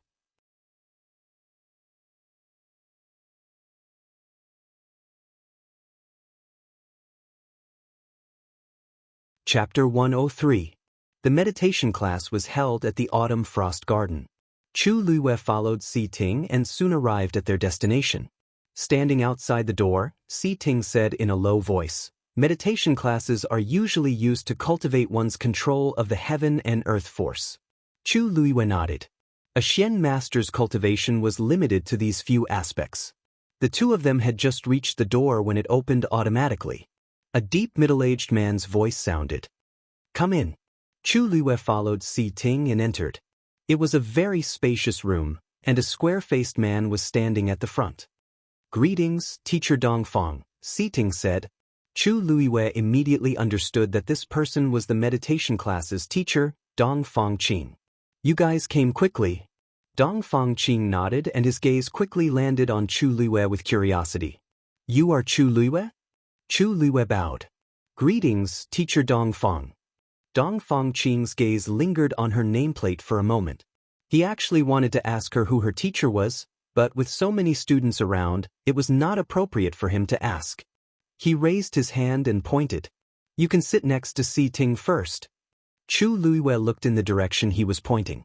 There were dozens of stone tables in the room, and a student was sitting on each of them. There was a chessboard on the table in front of each of them. Almost all of the students were staring at the chessboard seriously, thinking hard. Even when they heard the two of them enter, they only looked up and quickly lowered their heads to continue studying the Xian array on the chessboard. The two tables in the middle were empty. Obviously, one belonged to Siting and the other to her. When she walked closer, she saw a clear 2 carved on the table. She looked sideways and saw the 1 carved on Siting's table. It seemed like it was arranged according to the midterm assessment ranking. Chu Luiyue had just stepped onto the stone table when a chessboard suddenly appeared on the originally empty table in front of her. There was a Xian array on the chessboard. Today's lesson is very simple. As long as you can find the formation cores of these two Xian formations, you will pass. Dongfang Qing looked at Chu Luiyue with anticipation. The 3 people who spend the shortest amount of time will be rewarded. He wasn't there during the midterm assessment that day, So he didn't know what exactly happened and how Chu Luiwei obtained second place in the Xian cultivator competition. Old Master's son and the others were exaggerating. They even said that Chu Luiwei was as talented as Si Ting. He wanted to see if that was the case. Chu Luiwei looked down at the Xian formation in front of him. This level of Xian formation posed no difficulty to her. The moment she saw it, she immediately thought of a way to break it. But of course, he couldn't pass it so quickly. Sensing Dong Fangqing's gaze on him, Chu Luiwei knew that he was testing him. She looked at Si Ting and asked in a low voice, citing, "How long did you take for the first round?" Dong Fangqing's eyes lit up. Chu Luiwei wanted to challenge Si Ting? Si Ting looked at the calm expression on the girl's face and guessed what she was thinking. 1 hour. Chu Luiwei nodded thoughtfully. Based on Si Ting's age, it was already very good that he could reach this standard. Then try to be faster for the second round. I might be able to surpass you. Chu Luiwei blinked. If Si Ting could pass it faster, she would waste less time. Otherwise, it would be difficult to endure the few hours here. Si Ting looked at the sly look in her eyes and nodded after a moment of silence. Why, Chu Luiwei, are you challenging Si Ting? A girl's voice suddenly sounded from behind. Chu Luiwei turned around and saw that the person who spoke was a girl who looked about 15 or 16 years old. She looked beautiful, and her phoenix eyes were filled with undisguised pride and hostility as she looked at Chu Luiwei. Hostility? Chu Luiwei frowned slightly. She did not know this girl. Why was she treating her like this? Gu Mingzhu, why are you so nosy? It's normal that Lu Yu wants to challenge my brother. After all, he came in second place. How can you, who came in fourth place, have the right to speak? Si Yang, who was sitting behind Chu Luiwei, said impatiently.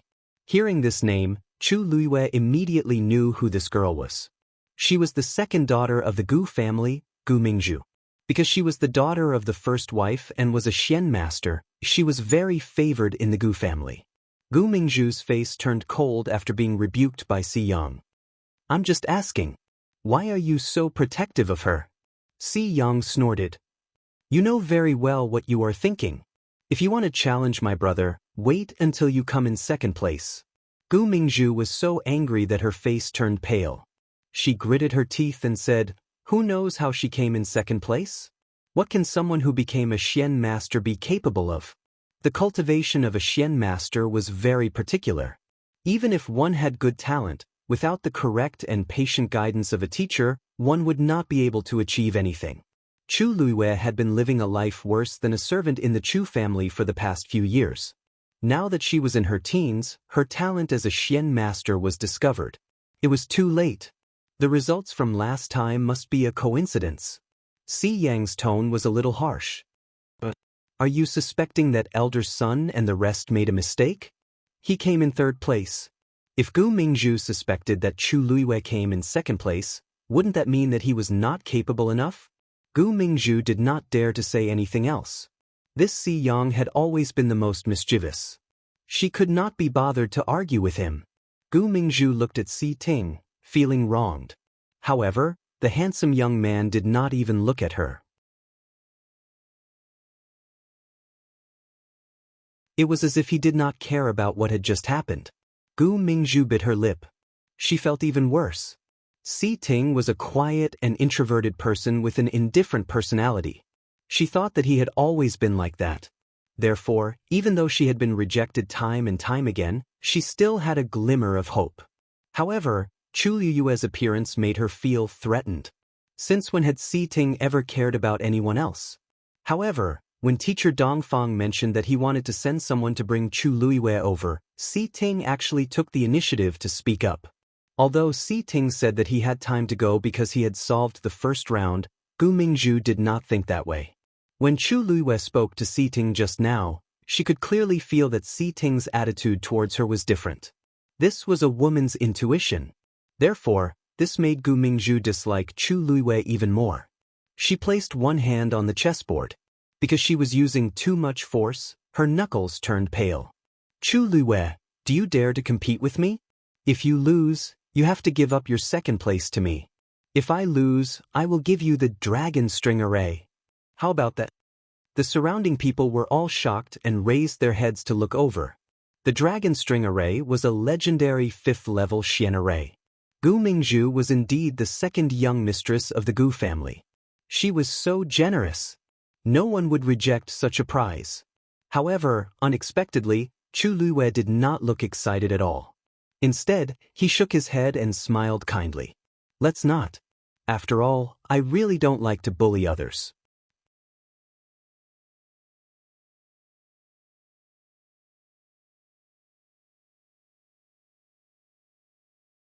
Chapter 104. How could Gu Mingzhu not understand what Chu Luiwei meant? He was obviously looking down on her. She was so angry that she laughed. Chu Luiwei, don't tell me you're scared? Chu Luiwei shrugged. If you think so, then so be it. Gu Mingzhu choked. She did not expect Chu Luiwei to be so stubborn. She raised her voice in defiance. Then I'll add a greenwood Xian formation. Do you agree or not? The room was in an uproar. Greenwood Xian formation. That was a Xian formation that would not lose to the dragon string formation. Gu Mingzhu was willing to take out 2 level 5 Xian formations just to compete with Chu Luiwei. She was really putting in a lot of effort. Chu Luiwei finally turned around and looked at her lazily. Really? I'm the second lady of the Gu family. Of course I'm serious. Gu Mingzhu raised her chin. Chu Luiwei nodded. But she was not a fool. Why would she not take advantage of the other party's initiative? Gu Mingzhu was delighted when she saw that Chu Luiwei had finally agreed. However, she was immediately disdainful. She sneered. Looks like you didn't agree just now because the stakes were too small. In other words, Chu Luiwei was obviously greedy for money. Chu Luiwei smiled and admitted it. It's good that you know. If you want to ask someone to teach you, you should at least show some sincerity. Otherwise, she really did not want to waste her time on this kind of person. Gu Mingzhu was so angry that she was about to explode. However, she suddenly felt someone looking at her. It was Si Ting. Gu Mingzhu suppressed the anger in her heart and returned to her usual cold and arrogant attitude. Then let's use the 2 Xian formations that Mr. Dongfang set up as a competition. Whoever solves them first will win. Gu Mingzhu, how dare you say that? You've been here for almost 2 hours. Chu Luiwei just arrived. Aren't you bullying him? Si Yang could not stand it anymore. Gu Mingzhu looked at Chu Luiwei and sneered. Unraveling a profound formation can easily take several hours. Sometimes, it can take a whole day to unravel it. Chu Luiwei was late because of himself. Can you blame me? What's more, she had gotten second place previously. She wouldn't be so calculative about this little bit of time, right? Chu Luiwei, what do you think? Chu Luiwei waved his hand carelessly. I'll let you. His casual attitude annoyed Gu Mingzhu once again. Let's start. After she finished speaking, she lowered her head and once again focused on studying the profound formation on the chessboard in front of her. This time, she must win. Chu Luiwei retracted his gaze and looked at Si Ting. Si Ting felt inexplicably nervous when he saw her. Chu Luiwei smirked. This trouble was obviously caused by Si Ting. However, on account of how Si Ting had helped her before, she did not want to be calculative about this. Si Ting was the first to look away. Chu Luiwei raised his brows and looked at the profound formation in front of him. Imperial Palace, Imperial Study. Emperor Zhou leaned against the chair and looked at Rong Jin, who was standing with his hands by his side, expressionlessly. I'll say it one last time. Let's forget about this matter. Don't pursue it anymore.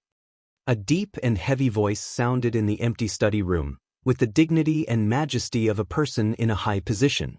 Rong Jin clenched his fists in his sleeves. In actual fact, he had already thought of this answer before he came. However, he really did not understand.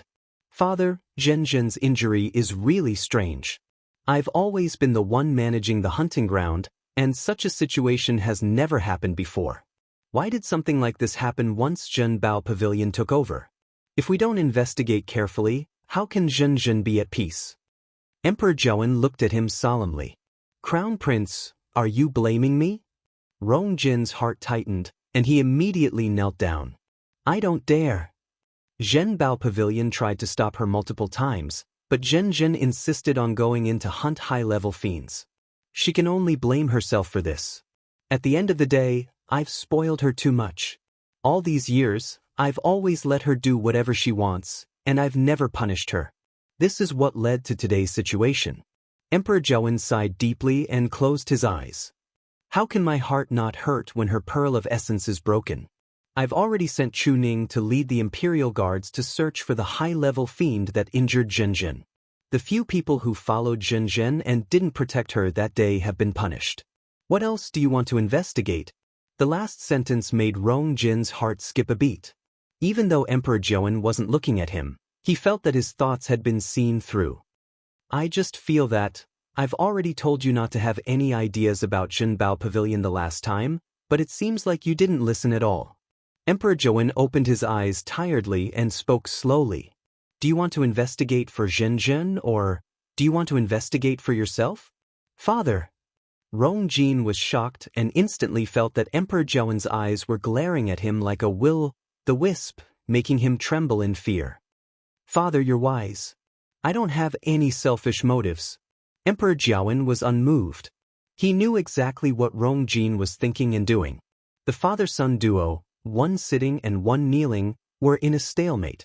The atmosphere in the room gradually became cold and stiff. After a while, Rong Jin finally lowered his head. Father, I just want an answer. What kind of background does Zhen Bao Pavilion have? Even you are so protective of it. I put in so much effort for that hunting ground, but it was snatched away by them in the blink of an eye. I really can't take it lying down. You're the crown prince. How can a mere hunting ground make you like this? Actually, you care more about your pride as the crown prince, right? Emperor Zhaowen's words hit the nail on the head, and it made Rong Jin's face turn pale. If they didn't help Chu Luiyue, I wouldn't. You were the one who wanted to cancel the marriage agreement. Emperor Zhaowen shook his head. He knew that Rong Jin wasn't broad-minded enough, but the recent events really disappointed him. If Chu Luiyue had displayed his shocking talent back then, the situation today would have been very different. You can go back. Emperor Zhaowen waved his hands. Rong Jin wanted to say more, but he swallowed his words when he saw Emperor Zhaowen's expression. He stood up and left. Just as he reached the door, Emperor Zhaowen's voice sounded from behind him. I heard that Chu Xianmin from the Chu family hurt her face a few days ago. Go and take a look if you have the time. Rong Jin turned around, and an ominous feeling surfaced in his heart. Rumors are spreading like wildfire in the imperial city. Given the current situation, you should accept her as soon as possible. Father, Chu Xianmin and I don't. As the crown prince, you should think about what you should do. Rong Jin returned to Crown Prince Mansion without saying a word, but his face was frighteningly cold. Song Yuan, who had been waiting for a long time, felt his heart skip a beat. He thought to himself that something was amiss and looked down in panic. Rong Jin stood still in front of Song Yuan. Go and tell the Chu family to prepare. I'll accept Chu Xianmin into the mansion in a few days. Song Yuan was dazed. Your Highness, is that a secondary consort's gift? Rong Jin sneered. Secondary consort? Does she even deserve it?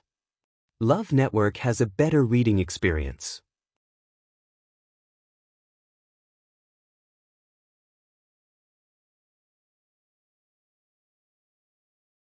Chapter 105. 3 days later, Crown Prince Mansion will welcome her as a concubine. Song Yuan asked hesitantly. Your Highness, Third Chu Missy is the Chu family's legitimate daughter after all. Isn't it inappropriate for her to be a concubine? That's already giving her too much credit. Rong Jin's expression was cold. There was no affection in his eyes at the mention of Chu Xianmin. This series of events had already caused him to lose all face. It was already a huge favor that he was still willing to give Chu Xianmin a place in Crown Prince Mansion. Song Yuan looked at Rong Jin's expression and knew that the matter was settled. There was no turning back, so he did not say anything else. Rong Jin heaved a sigh of relief. Just as he was about to walk in, he saw that Song Yuan was still standing at the same spot with a strange expression. He could not help but frown. "Why are you still standing there?" Song Yuan bowed and whispered, "Your Highness, Your Highness. The people we sent to investigate Jinbao Pavilion are gone." Rong Jin was shocked and his frown deepened. How is that possible? Those people were all stage 4 warriors. He knew that Jinbao Pavilion was not to be trifled with, so he did not hold back. Who would have thought? "Your Highness, those people were just secretly investigating Jinbao Pavilion, and they were assassinated one after another. The assassins were very strong and did not leave any traces behind. We can't even find any evidence to prove that they did it." Rong Jin clenched his fists, and his voice was almost squeezed out from between his teeth. "You mean to say that this time, this consort can only suffer in silence and swallow this anger?" "Your Highness, I didn't mean that." Song Yuan hurriedly knelt on the ground. Rong Jin closed his eyes and thought for a long time before he sneered. "If we can't do it secretly, then we'll do it openly." Song Yuan was worried. "Your Highness, didn't His Majesty say that he won't investigate anymore? If you do it openly, I'm afraid it will be difficult to explain to His Majesty. Of course, I won't get involved in this. However, Jinbao Pavilion has been operating in the Imperial City for many years. Who knows if there are any problems with their private accounts? It just so happens that the people from the Ministry of Personnel Affairs have some free time recently. They can investigate all these in the Imperial City." The Chu family. Chu Yen and Lu Yao stared at Song Yuan with their mouths agape. They couldn't believe their ears. "Lord Song, you said earlier that the Crown Prince wants Min Min to enter the residence as a concubine." Song Yuan smiled. "His Highness the Crown Prince has always been fond of third Miss Chu and has long wanted to marry her. Both of you know this. Although time was a little tight, the Crown Prince had said that third Miss Chu's injuries had not yet healed. For the sake of her health, everything should be kept simple.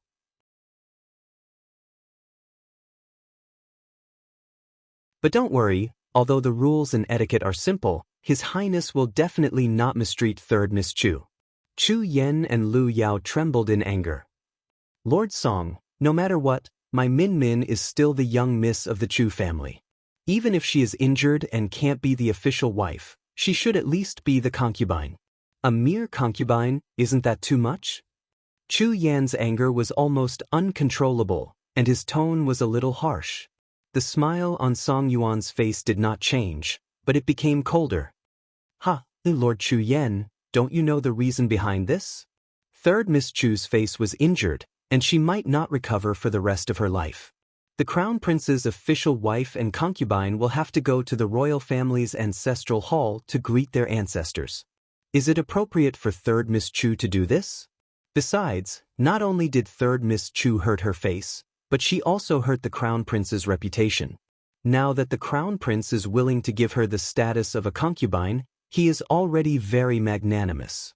Both of you should discuss this properly and not spoil the Crown Prince's good intentions."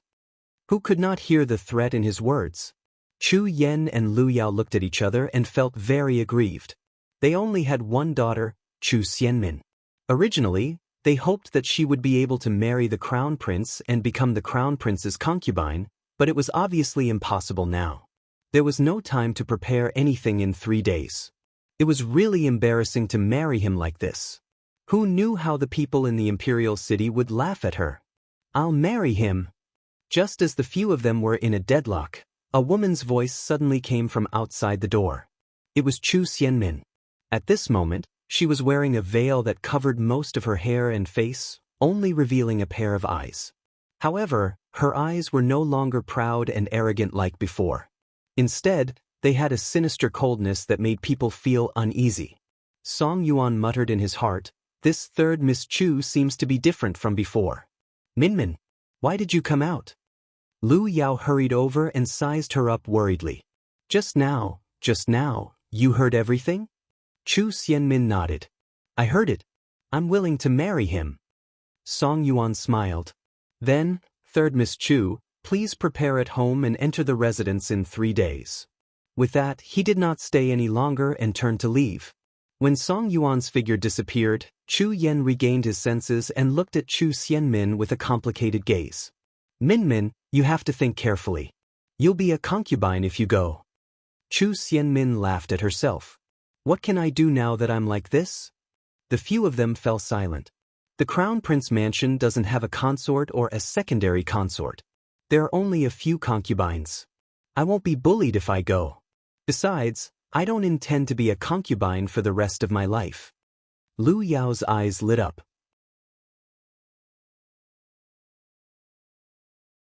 Min, you mean, although my looks are disfigured, I still have my talent and abilities.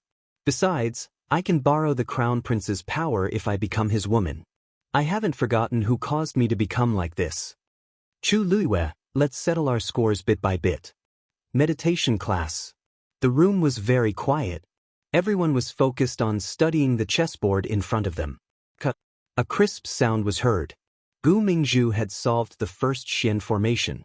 Dong Fangqin glanced at her and was surprised. He did not expect Gu Mingzhu to solve the first Xian formation after Si Ting. When Si Yang heard the sound, he could not help but turn around and look. He felt even more frustrated. Gu Mingzhu raised her chin proudly and looked at Chu Luiyue in front of her. Such a simple Xian formation is just a piece of cake. Chu Luiyue heard her and turned to look at her. You solved the first Xian formation? Why are you surprised? It can't be that such a simple Xian formation could trap you, right? Gu Mingzhu's eyes were filled with mockery. Actually, as long as you have experienced systematic learning and guidance from a famous teacher, you will know the characteristics of Xian formations. Naturally, you will be able to solve them quickly. However, I don't think you have seen any decent Xian formations. It's normal that you don't know where to start. Chu Luiyue nodded seriously. I have not seen many Xian formations like this. She had stopped playing after she was 6 years old. Of course, she had not seen many of them. Gu Mingzhu rolled her eyes. Why don't I wait for you to solve the first Xian formation before we proceed to the second Xian formation? I don't want someone to say that I won disgracefully when they lose. Chu Luiyue rejected her suggestion, and her lips curved up. That's not necessary. With that, she turned around and placed a chess piece on the chessboard. The sound of the Xian formation being solved could be heard. I've been waiting for you for a long time, so I don't want to trouble you to wait for me. Love Network has a better reading experience.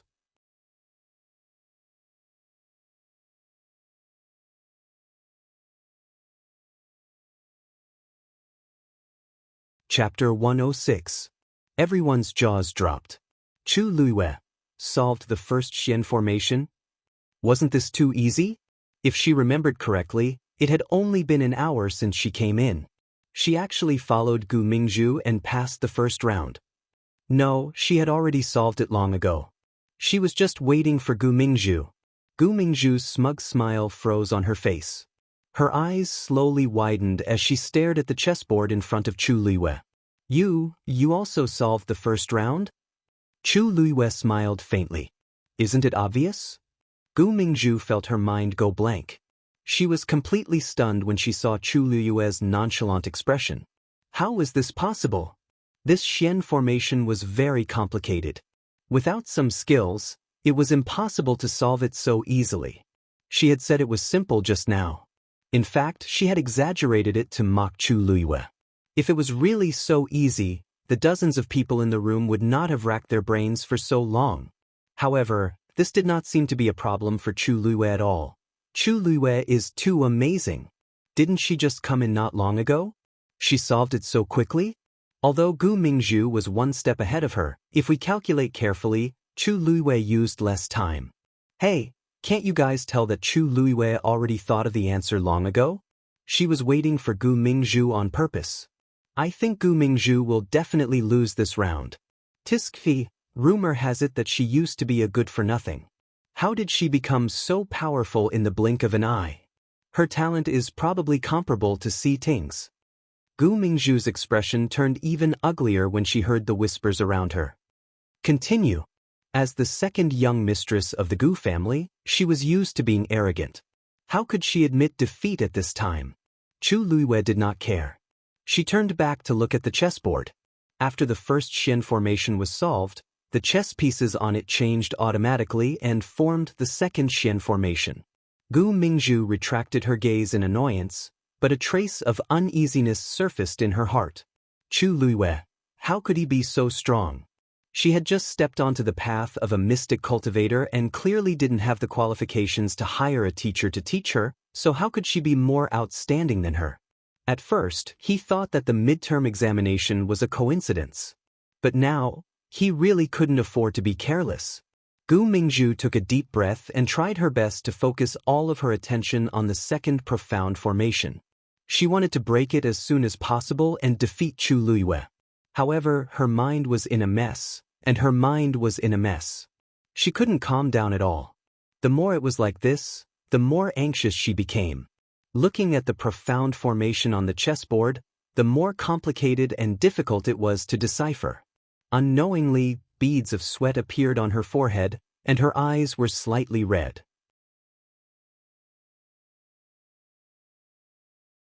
Dong Fangqing, who was standing in front of her, saw her expression the clearest.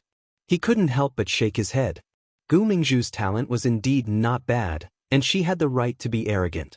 However, if she was too arrogant, she would become arrogant.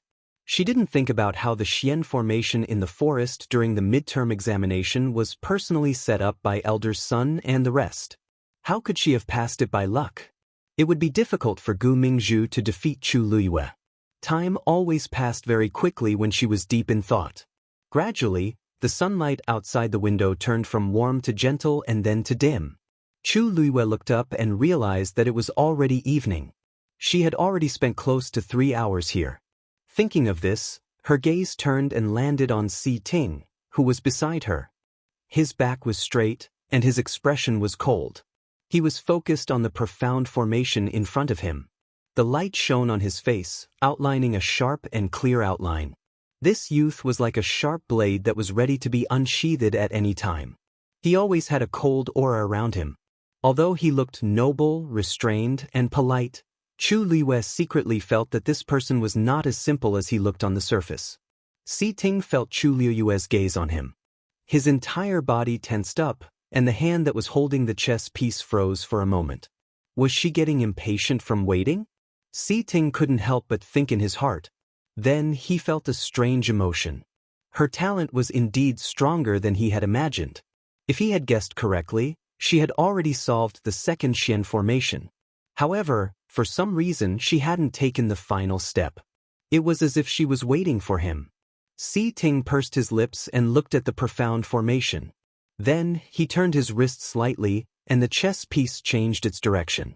It landed in a position that he hadn't planned to move to just now. The second Xian formation was solved. The chess pieces on the chessboard in front of him suddenly flew up. They were black and white and automatically fell into the chess box beside him. Dong Fangqing looked at Si Ting in surprise. I thought that you would have to spend 4 hours on this. I didn't expect. Si Ting, you seem to have improved very quickly recently. Si Ting nodded slightly. I happened to see a similar Xian formation a few days before I started. That's why I solved it faster. Dong Fangqing stroked his beard in understanding. I heard that you've been borrowing Xian formation diagrams from the library recently. Now, it seems like it's quite useful. Alright, since you've already passed these 2 stages, you can end class early today. Many students looked at Si Ting enviously after he said that. The first place was indeed different. Not only could they leave in the middle, but they could also end class early. They didn't know how long they would have to solve it here.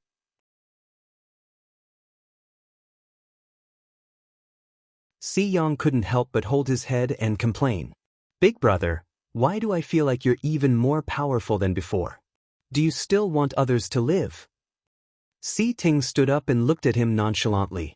You can be like this if you work harder.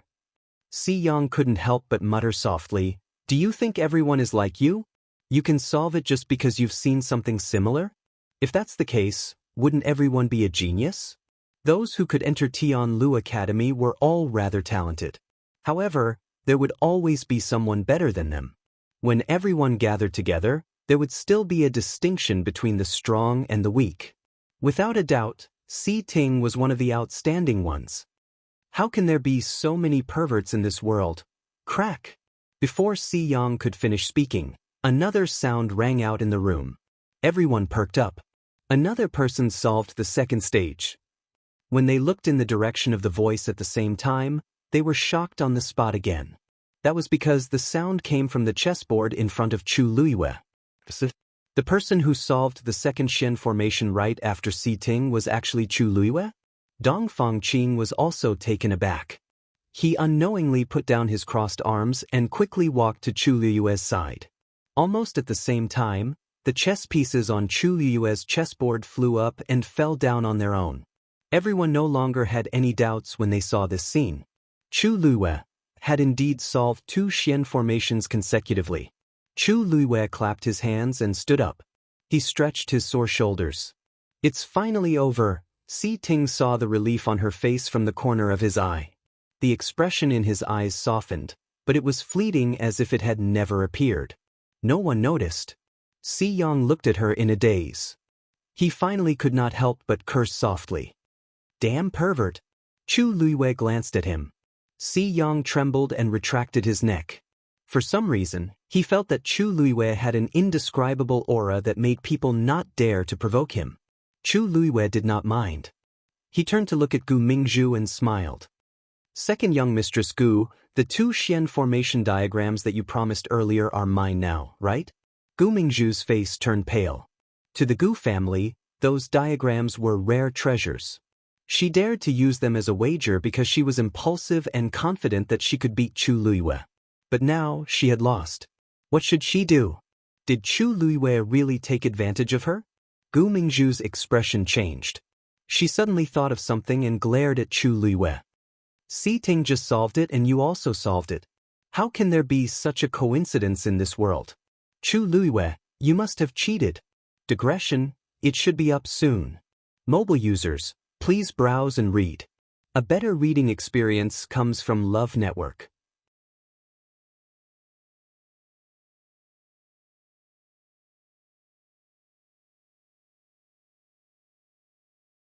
Chapter 107.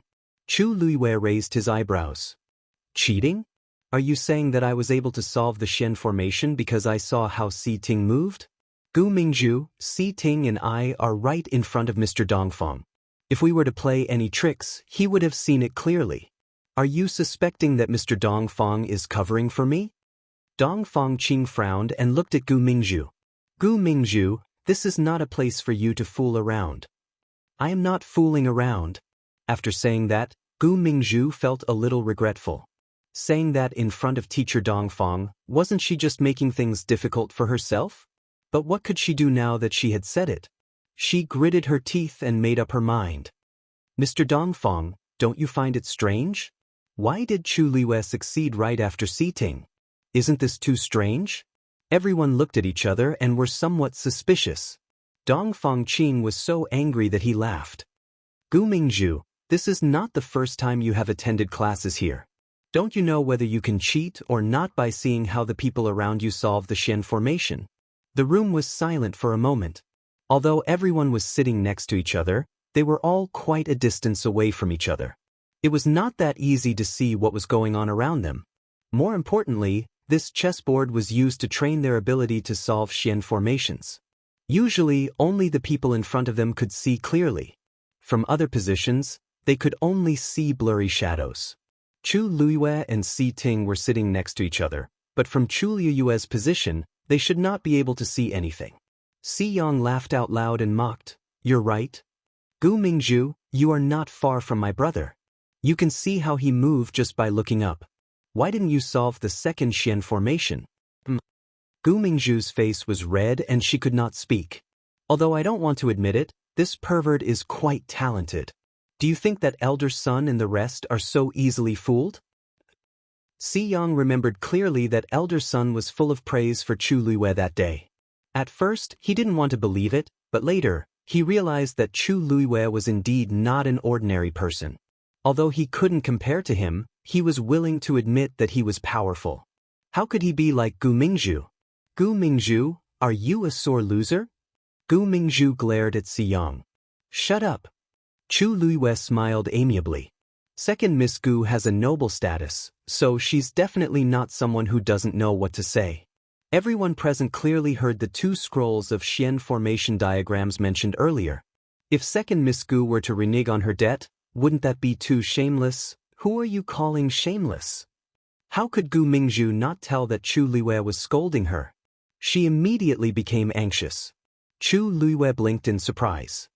Second Miss Gu, what do you mean? Are you really not going to fulfill your end of the bet? Gu Mingzhu felt extremely aggrieved. Since Chu Luiyue had already spoken, what else could she say? She couldn't help but glance at Dongfang Qing. As expected, she saw that he was also a little impatient. She knew that it wouldn't do her any good if she continued to make a fuss. Isn't it just 2 scrolls of Xian formation diagrams? I'll give them to you.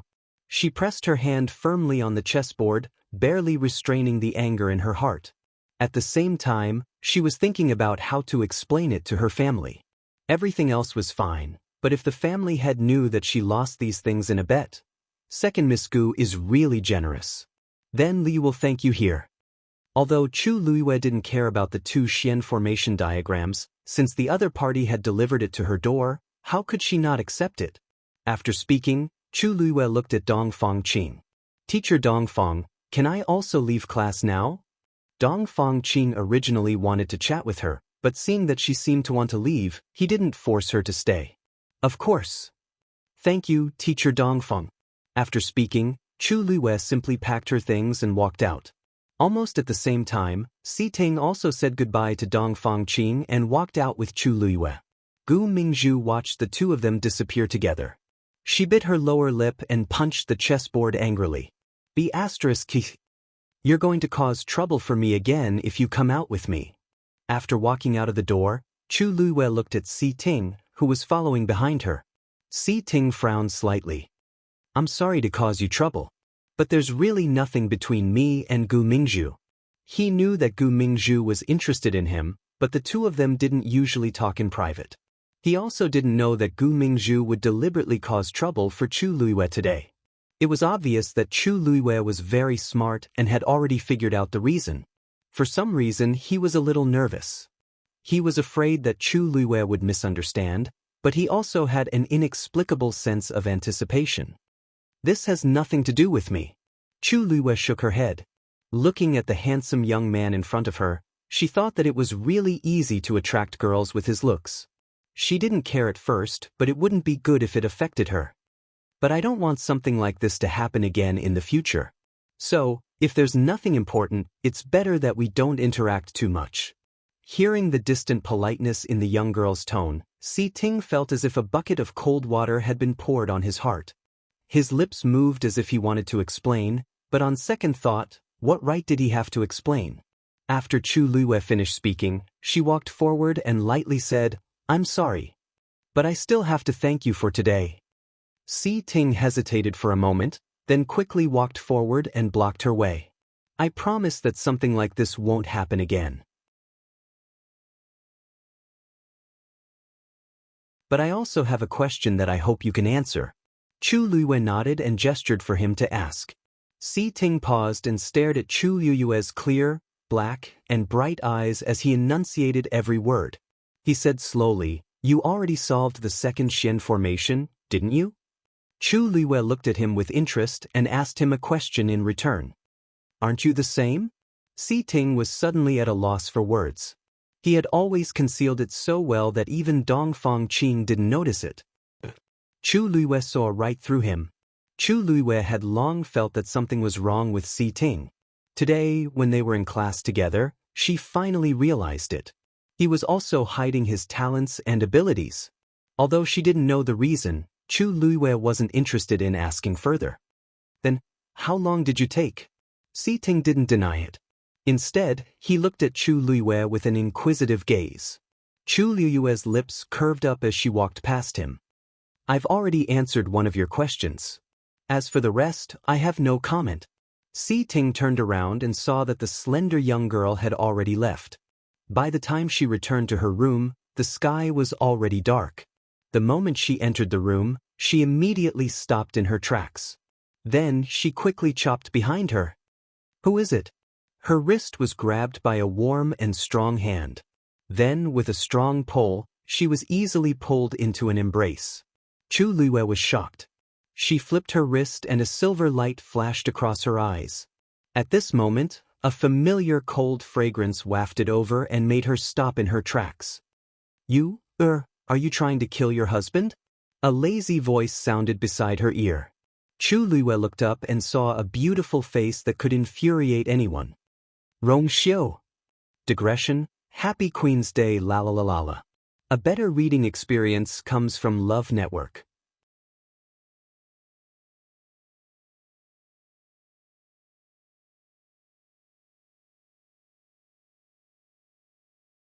Chapter 108. Chu Luiwei raised her eyebrows slightly, took a step forward, and said with a smile that was not a smile, "What is your highness trying to do?" Rong Xiu looked at her crafty black eyes that were like a fox's, sighed softly, and laughed softly. "I really don't know what to do with you." Before he finished speaking, his body moved, and he quickly grabbed both of her wrists, and then used one hand. Chapter 108, Waiting for You Translator. Endless Fantasy Translation. Please wait for a moment. After the content has been updated, please refresh the page to get the latest update.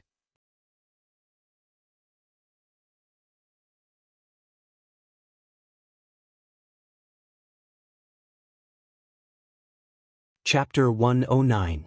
Although the residence that the academy had arranged for Chu Luiwei was not big, there were still spare rooms. Seeing that Rong Xiu had once again snatched her bed, Chu Luiwei was no longer angry. She had even gotten used to it. She went to the room next door, closed the door, and listened carefully for a while. She did not detect any movement in the room next door, so she calmed down. Since Rong Xiu could sneak into Tianlu Academy without anyone noticing, he would not be discovered so easily. She was not worried about this. It was already late, but Chu Luiwei did not go to bed immediately. Instead, she sat cross-legged, held her breath, and focused on absorbing the heaven and earth force. Waves of invisible energy gradually merged into her body, passing through her limbs and bones before silently flowing into the water droplet in her dantian. Ever since she had forged this special pill of origin and officially embarked on the path of cultivation again, Chu Luiwei had not relaxed for even a day. No matter how busy or tired she was, she would persevere in her cultivation and not waste a single drop of time. Although no one forced her, there was always a voice in her heart that kept reminding her that she still had many things to do. Being reborn was a great opportunity. She had to make herself stronger as soon as possible. After an unknown period of time, Chu Luiwei finally opened her eyes slowly and exhaled a mouthful of turbid air. She could feel the aura in her body growing stronger day by day. This body had the Daijing Yuan meridian after all, so it was much faster than ordinary people when cultivating. However, it was still not enough. She had been born with the Tianjing Yuan meridian in her previous life. Her talent was extraordinary, and the Daijing Yuan meridian she had now could not compare to it. However, she also knew that this matter could not be rushed. Her former enemy's status was much higher than hers, so she could only plan slowly. Previously, Si Yang had said that the first place of the midterm assessment would have the chance to meet the envoy from the Tianling dynasty. Calculating the time, it should be soon. Chu Luiwei finally wrote down a Xian formation diagram in her mind before finally resting. The next day, Chu Luiwei woke up early in the morning. After tidying up, she remembered that Rong Xiu was still sleeping in the room next door. She walked over and knocked on the door. No one agreed. He pushed the door open and saw that she had already left. Chu Luiwei facepalmed, not knowing whether to laugh or cry. The dignified Prince Li seemed to really treat her place as an inn. However, it would be troublesome if he stayed here at this time. Chu Luiwei no longer paid attention to these, turned around and went out. "Hey, have you heard? Yesterday, during the Xian Master's meditation class, Gu Mingzhu challenged Chu Luiwei and lost 2 level 5 Xian formation diagrams. Are you serious? Wasn't Gu Mingzhu's talent also very strong? How could he lose to Chu Luiwei? Of course it's real." This matter had already spread throughout the entire academy. Gu Mingzhu is talented, but have you forgotten that Chu Luiwei got second place in the midterm assessment on his first day here? However, she really has guts. With Gu Mingzhu's status, she actually didn't give her any face. She didn't even give face to the crown prince, let alone others. I think this Chu Luiwei is really not someone to be trifled with. Chu Luiwei arrived at Jiuyou Tower and heard the discussions from afar. After seeing her figure, these voices quickly disappeared. Everyone looked at her with an uneasy expression.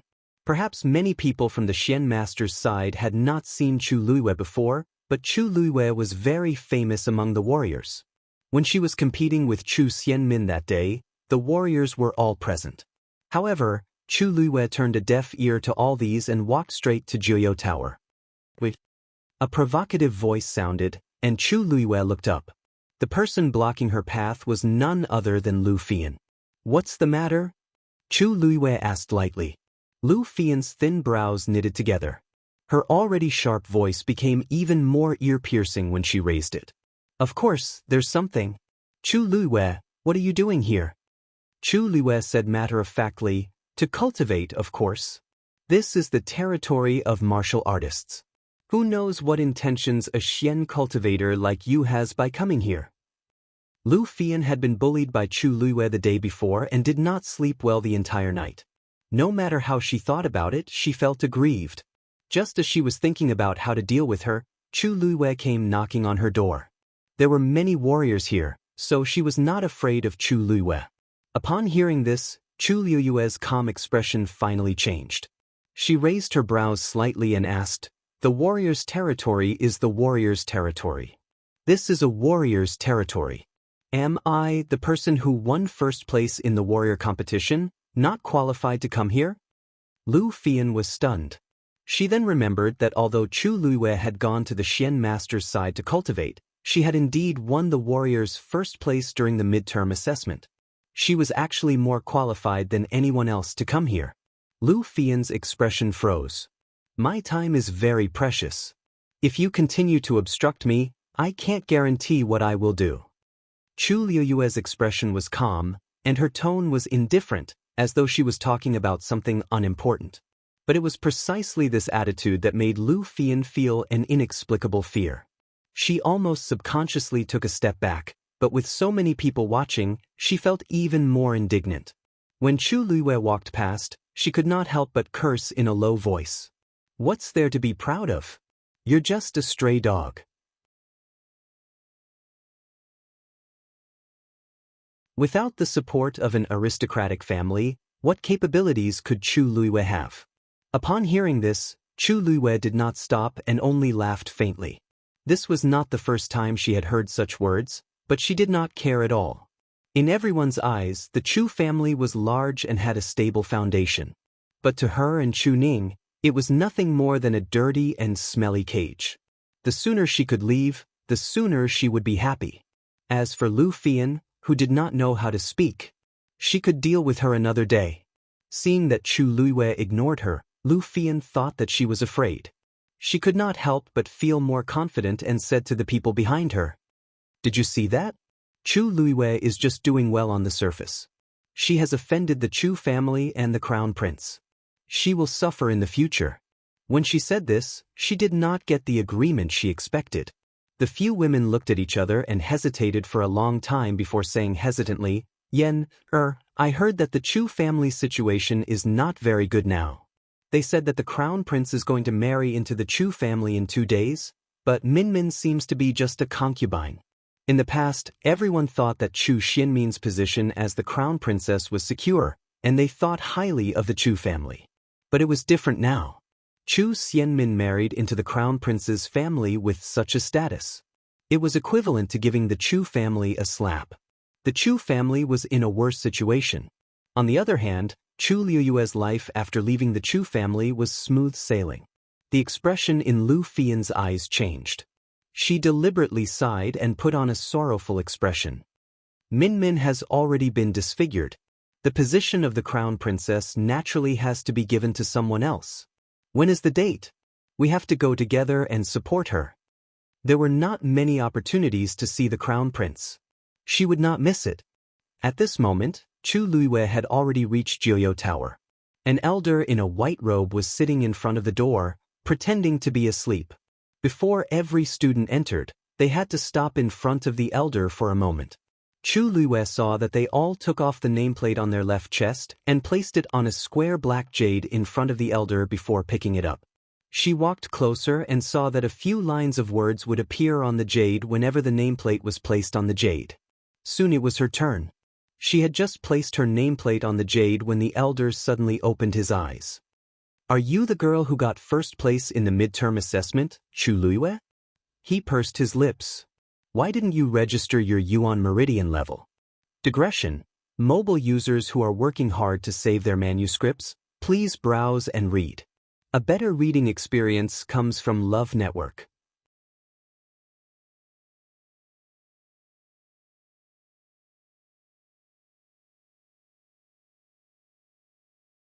Chapter 110.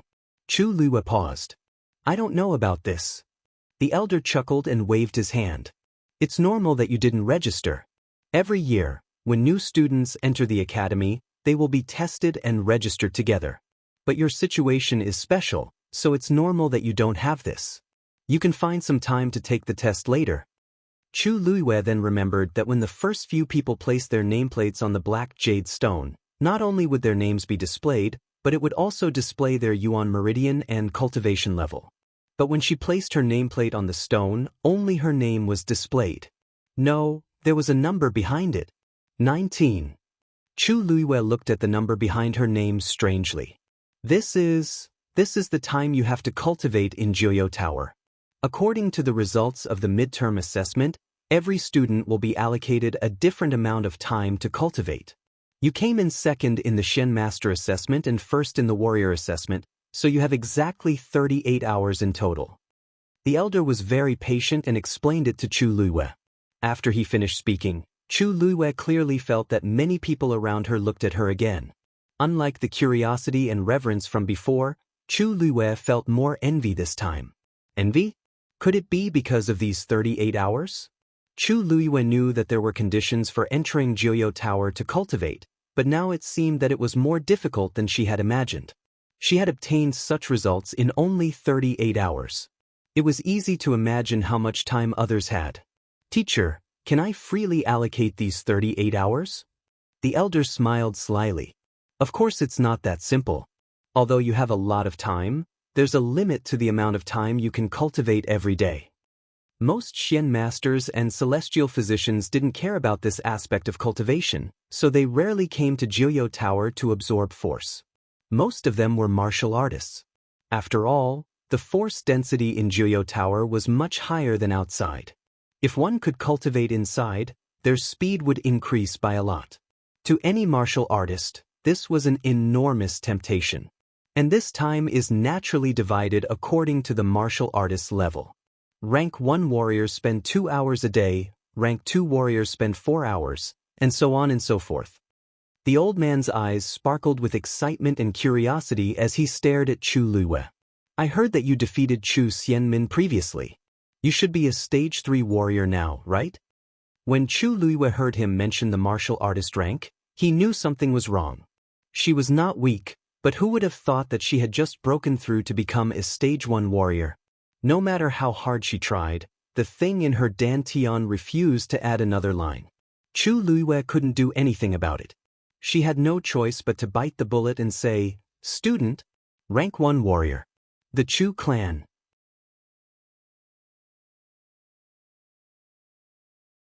First Elder, do you mean that you don't intend to give Min Min a dowry? Although Chu Yen and Lu Yao were unwilling to let their daughter marry into the crown prince's residence as a concubine, they had no other choice but to agree. 3 days was too rushed, so they could only prepare as much dowry as possible to make Chu Xinmin's life easier after she married into the crown prince's residence. However, they didn't expect to be stopped by the first elder. The first elder was expressionless. The crown prince's residence hasn't been earning much in recent years. Both of you know this best. Now that the date has been set in a hurry, there's no time to prepare so much dowry. Chu Yen suppressed his anger. Min Min is going to marry into the crown prince's residence. This represents the Chu family's face. If Min Min is looked down upon, it will embarrass the Chu family as well. It's not bad to marry into the crown prince's residence, but she's just a concubine. The first elder put down the teacup in his hand and looked at the two with a sullen face. If her dowry is too generous now, how will she live when the crown princess and secondary consort enter the residence? Instead of being in the limelight for a while, it's better to keep a low profile and avoid more trouble. These words made Chu Yan and Lu Yao speechless, but the anger in their hearts burned even brighter. Although the Chu family wasn't the same as before, it wasn't to the point where they couldn't even afford such a small amount of money. Moreover, Chu Xianmin was the Chu family's first daughter. Ever since she got close to the crown prince's residence had been secretly preparing the dowry. The first elder said there wasn't any because Chu Xianmin had lost her position as the crown princess, so he purposely treated her harshly and wanted to keep this sum of money. How could Chu Yan and Lu Yao agree? First elder, although Min Min can't marry into the crown prince's residence as the crown princess, it's hard to say what the future holds. If you insist on this, that's all in the future. Who can say for sure?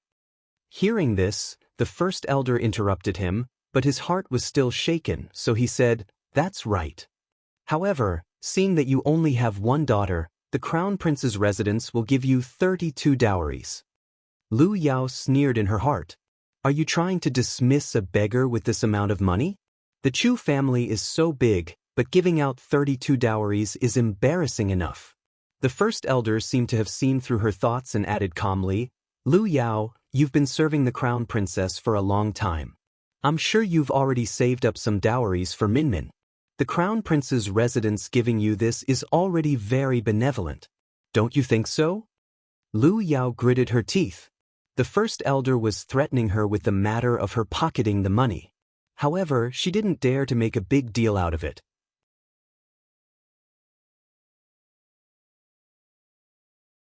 After all, her reputation would be ruined if word got out.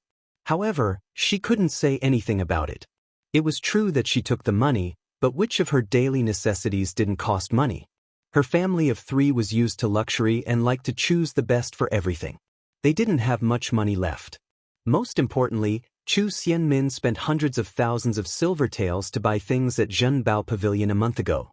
She originally wanted to wait for Chu Xianmin to win first place in the academy and win the crown prince's favor before going to her parents' house to ask for the money. However, who knew that Chu Liwei would appear and mess up all her plans? The Lu family was now mocking and ridiculing them. Why would they give them a single cent? Zhenbao Pavilion was pressing her, and she didn't dare to offend this family. She could only take the money from her own pocket. How would she have the money for Chu Xianmin's wedding? However, the first elder's behavior made it clear that he wouldn't change his mind. If she continued, she would only be humiliating herself. Lu Yao resisted the urge to stand up. She glanced at Chu Yan, who still wanted to say something, and the two of them left with grievances. Tianlu Academy, Jiuyou Tower. Chu Liwei ignored the various gazes around him and put the nameplate back on his left chest. He calmed himself down and looked forward. Jiuyou Tower had a total of 9 floors. It was made of black iron and was thick and majestic. Looking from the bottom, it looked like a sharp sword piercing through the clouds as if it could tear the sky apart at any time. Every floor had 8 corners that were raised up like eaves with bells hanging from them. When the wind blew, one could hear the crisp sound of the bells nearby. Chu Liwei had already walked in through the greenish-black bronze door.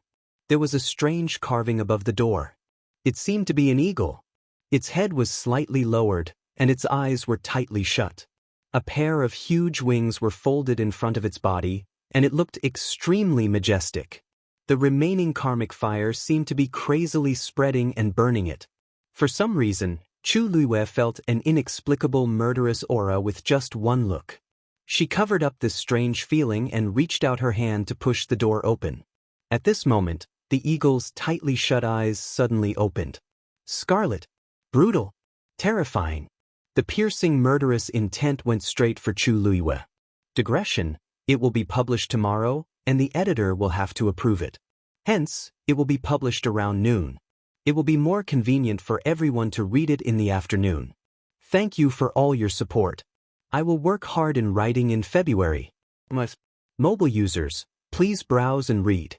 A better reading experience comes from Love Network.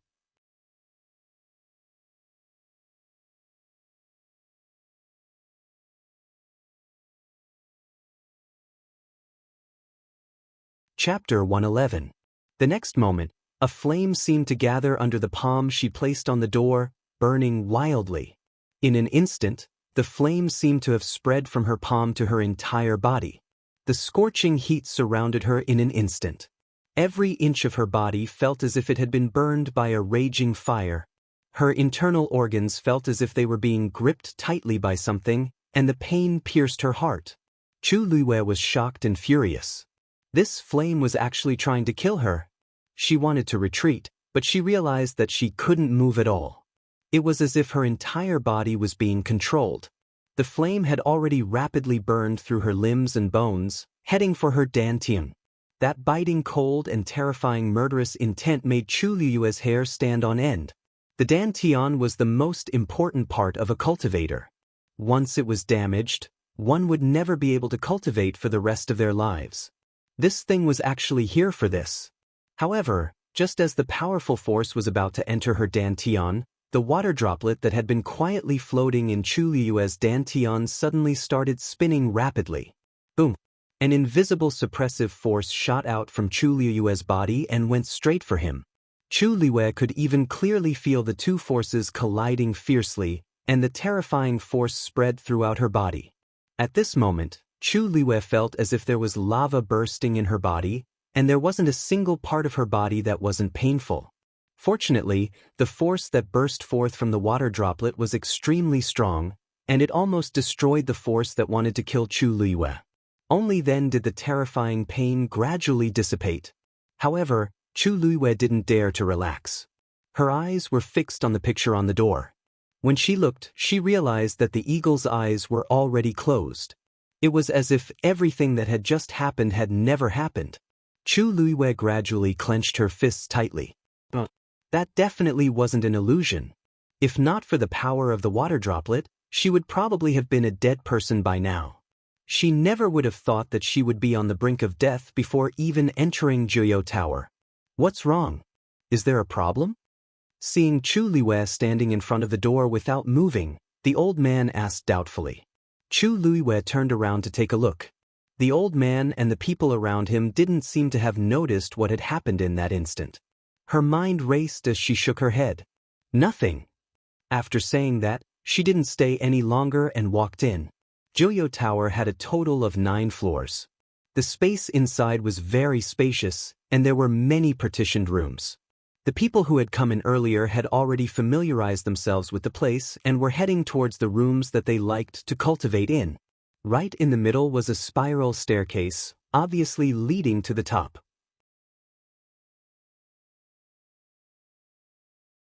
Some people didn't stop at the first floor, but instead went straight up. In Jiuyou Tower, the higher the floor, the denser the force. However, each layer was separated by a barrier. Anyone who wanted to enter the higher floors to cultivate would have to pass through the barrier. And this depended on one's own ability. Generally, low-level students could only cultivate on the first floor. Chu Luiwei wasn't in a hurry to choose a room to cultivate in. Instead, she stood still and lowered her head to look at her palm. A charred mark could be clearly seen. She had placed her hand on the door just now. That terrifying flame had also entered her body through her palm. This burn mark was the best proof of what had just happened. But why did this happen? There was clearly no problem for other students to enter Jiuyou Tower. Why did this happen to her alone? Why did that eagle suddenly open its eyes and have such a strong murderous intent towards her? Perhaps that murderous intent wasn't directed at her, but at the water droplet in her dantian. Chu Luiwei furrowed her brows, but she didn't have an answer. Chu Luiwei, haven't you chosen a room yet? A voice suddenly sounded from behind her. Chu Luiwei turned around and saw an unfamiliar girl's face. That girl was pretty, and her almond-shaped eyes were extremely cute. She raised her hand and pointed to the side. Actually, there isn't much difference between the rooms on the first floor. You can just choose one to cultivate in. However, the names that appear on the door are signs that someone has already entered. You can just choose those that are empty. Chu Luiyue nodded. Thank you. That girl grinned. What's there to thank me for? My name is Mu Hongyu. You can just call me Hongyu. Chu Luiyue couldn't help but laugh. So this girl was a sociable person. She quite liked her character. However, she didn't know her, so why did she seem so friendly? You can call me Luyu then. Mu Hongyu sized up Chu Luiyue curiously. You're really different from the rumors. Chu Luiyue didn't need to ask to guess what those so-called rumors said about her, but she wasn't interested in asking. Others can't wait to avoid me. Why are you taking the initiative to help me? Mu Hongyu snorted.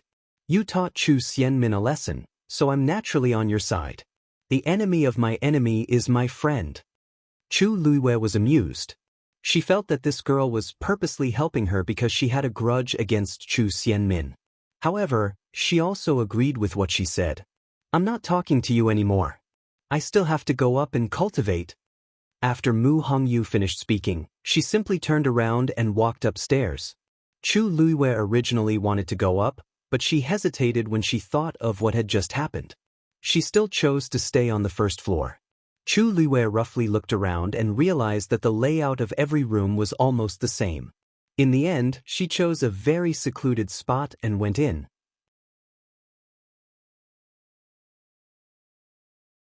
After closing the door and isolating herself from all kinds of gazes, Chu Luiyue sat cross-legged on the stone platform in the room.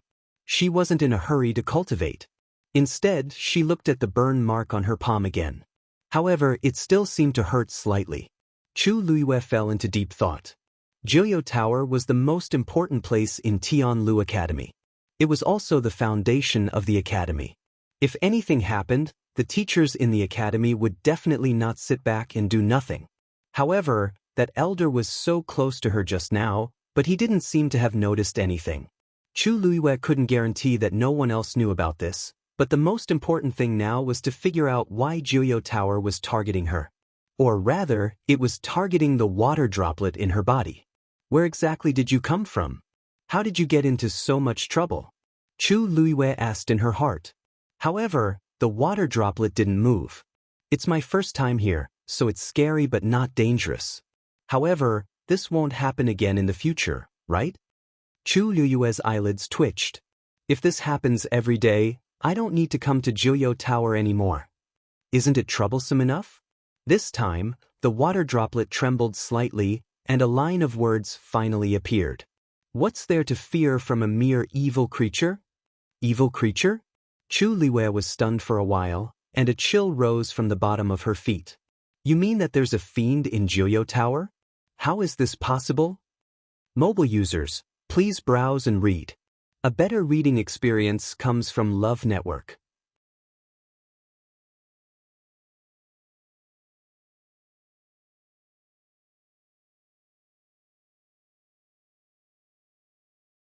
Chapter 112. Below Jiuyou Tower was a pit of heavenly origins. It was because of this that the heaven and earth force in the tower was so abundant. To cultivators, this was a good place to quickly improve their cultivation. But to fiends, it was the opposite. The pit of heavenly origins was a natural force treasure trove. It contained rich heaven and earth force, but it was also mixed with many impurities. If one absorbed too much, it would cause harm to the cultivator's body. If it was light, it would damage one's yuan meridian, and if it was heavy, it would cause death. Cultivators could use all kinds of methods to expel these impurities, but fiends could not. Moreover, fiends were mostly cruel and vicious, so the pit of heavenly origins had a greater impact on them. If they stayed for too long, they would easily lose their minds and eventually go berserk. They might even explode and die. Jiuyou Tower was built above the pit of heavenly origins. How could there be fiends here? The words on the water droplet dissipated quickly. It had no intention of explaining. Chu Luiyue frowned. Although this statement was absurd, she inexplicably believed it in her heart. When the eagle opened its eyes, she was very sure that it was the aura of a fiend. But why did the academy do this? Whether it was to the fiends or the students cultivating in the tower, this was a great hidden danger. And as the dean, did Master know about this? Prince Li's mansion. Seeing that his master had finally returned, Umo hurriedly went to welcome him. Master, you're back. Rong Xiu nodded, looking relaxed. Umo saw the faint smile at the corner of his mouth and was surprised. As long as he stayed with that person for a period of time, his master's mood would always improve. He really had to give it to him. Looks like Master had a good night's rest. Rong Xiu raised his eyebrows. Was the mansion still lively yesterday? Umo bowed. Yes, the other party sent another group of people. They wanted to break into your bedroom to find out what was going on, but we took them down. Still suicide soldiers? Yes, they were the same as the people who came 2 days ago. They didn't care about their lives. Seeing that they couldn't break in, they wanted to commit suicide by taking poison. However, one of them didn't die and is now locked up. Yan Qing interrogated him all night and used a lot of tricks. Finally, that person spat out something. Rong Xiu stopped in his tracks. Umo lowered his voice. It's the Crown Prince's men. Rong Xiu smiled. After so many years, it's still the same trick. He's not tired, but I'm tired. Umo asked hesitantly. Master, what do you think of this person? Is Third Imperial Brother still in the Imperial capital? Rong Xiu suddenly asked. His Majesty said that His Highness, the Third Prince, had been fighting at the border for many years and had suffered a lot.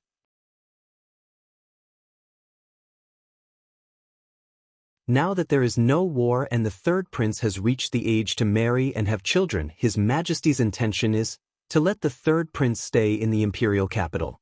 Rong Xiu chuckled. Rong Jiu had made great contributions in the Northwest Army, and his reputation was at its peak. How could father be at ease and let him go back? Staying in the Imperial capital was the safest option. I've been back for a long time, but I haven't visited Third Imperial Brother. Tell Yan Qing to bring him along. I'll give Third Imperial Brother a big gift. Yes.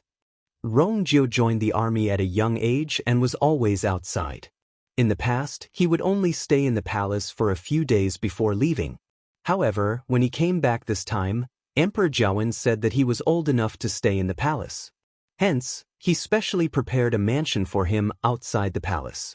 The size of this mansion was actually similar to Rong Xiu's princely mansion. However, the decree to confer him a prince had not been passed down. Rong Jiu originally had some hope, but after waiting day after day, Emperor Jiawen repeatedly refused to let him go back. Hence, he understood what was going on. Conferring him a prince was a small matter, trapping him in the imperial capital was a big matter.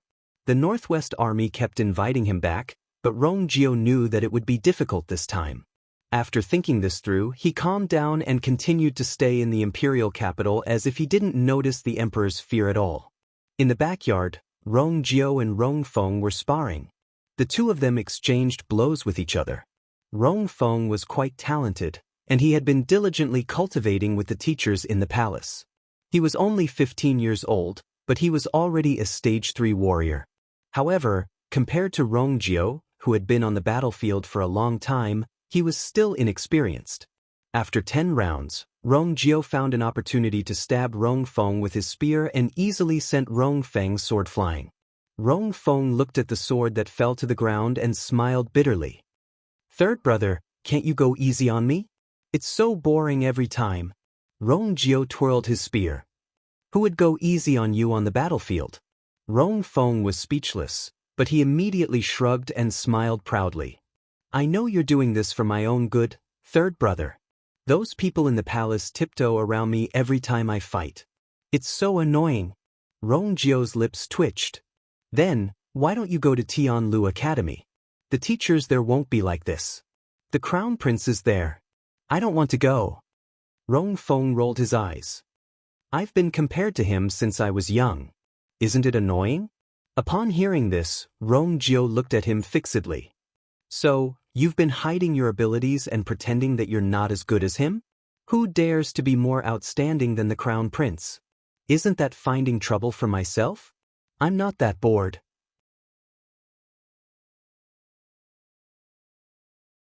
Rong Feng threw himself onto the rattan chair at the side. Didn't you see that seventh brother hasn't returned to the imperial city for 10 years?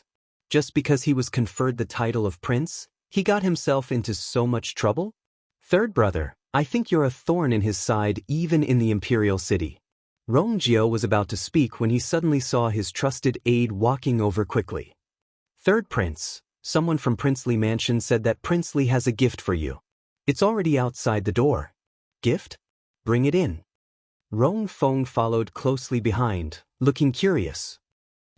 Third brother, what gift did seventh brother give you?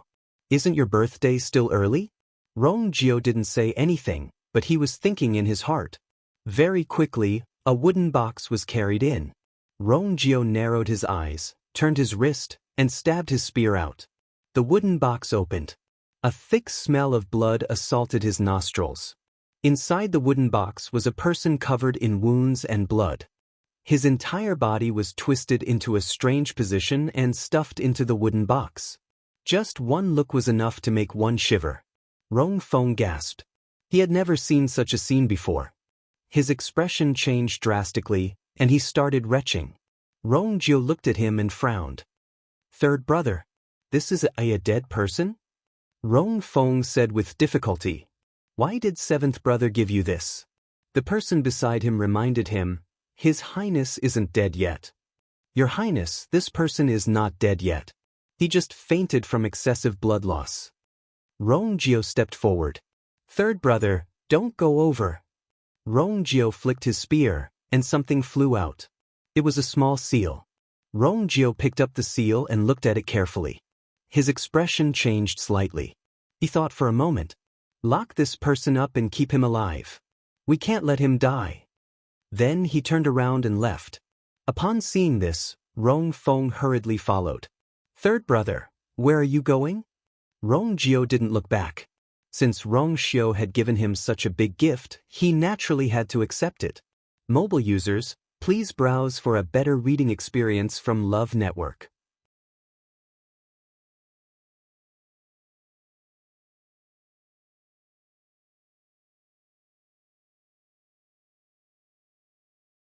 Chapter 113. 3 days passed quickly, and it was Chu Liyue's wedding day in the blink of an eye. However, other than her own residence that was slightly decorated, the rest of the Chu family did not have the slightest bit of festive spirit. In the past, when the residents held a wedding, the servants would fight to be the first to do the work. On one hand, they wanted to leave a good impression in front of their masters, and on the other hand, they wanted to get more money. However, Chu Xinmin's courtyard was cold and cheerless. Only a few servants, who usually served her here, were busy with work. If not for the fact that they could not avoid it, they would not have come. The entire residence knew that although Chu Xianmin was marrying into the Crown Prince Mansion, she was only marrying into the Crown Prince Mansion as a concubine. It was not presentable. Because of this, the first elder did not even prepare any dowry for her. It was obvious that this wedding was not a joyous occasion. A few servants discussed softly as they packed up. With third Missy's status, I thought she would marry into the Crown Prince consort. I didn't expect her to be a concubine. Where is our Chu family's face? That's right. The Chu family's life has not been good these few years. Now that the first Missy is marrying into the Crown Prince consort's life, we are a joke for no reason. Third Missy used to be so glamorous, but many people are laughing at her now. Who can be blamed for that? Third Missy's face is disfigured, and she has to wear a veil wherever she goes. Besides, her reputation is long gone. Even if she is willing to marry, no one will want her. Where can she go other than the Crown Prince Mansion? She's coming out. The door was pushed open, and Chu Xianmin walked out with the help of someone. The servants in the courtyard immediately stopped talking, but their eyes kept sizing her up. She was wearing a red wedding dress and a veil, but she did not wear a phoenix coronet. She only wore a golden jade hairpin from the Crown Prince Mansion. It was not that she did not want to dress up, but the rules were as such. Only the first wife had the right to wear a phoenix coronet. For someone like her who entered the Crown Prince Mansion as a concubine, she had to dress simply. Chu Xianmin walked out of the room, and the courtyard was cold and empty. Other than her original servants, there was no one else who came to celebrate. Huh? It's good that they didn't come. Wasn't he just making fun of her by coming at this time? Chu Xianmin clenched her teeth and dug her nails deep into her palms to suppress the anger and indignation in her heart. It's so quiet. Is the crown prince not here yet? Why didn't I hear any gongs or drums? Asked Chu Xianmin as she suppressed her anger. Those people in the crown prince's residence were really something. In the past, they used to curry favor with her.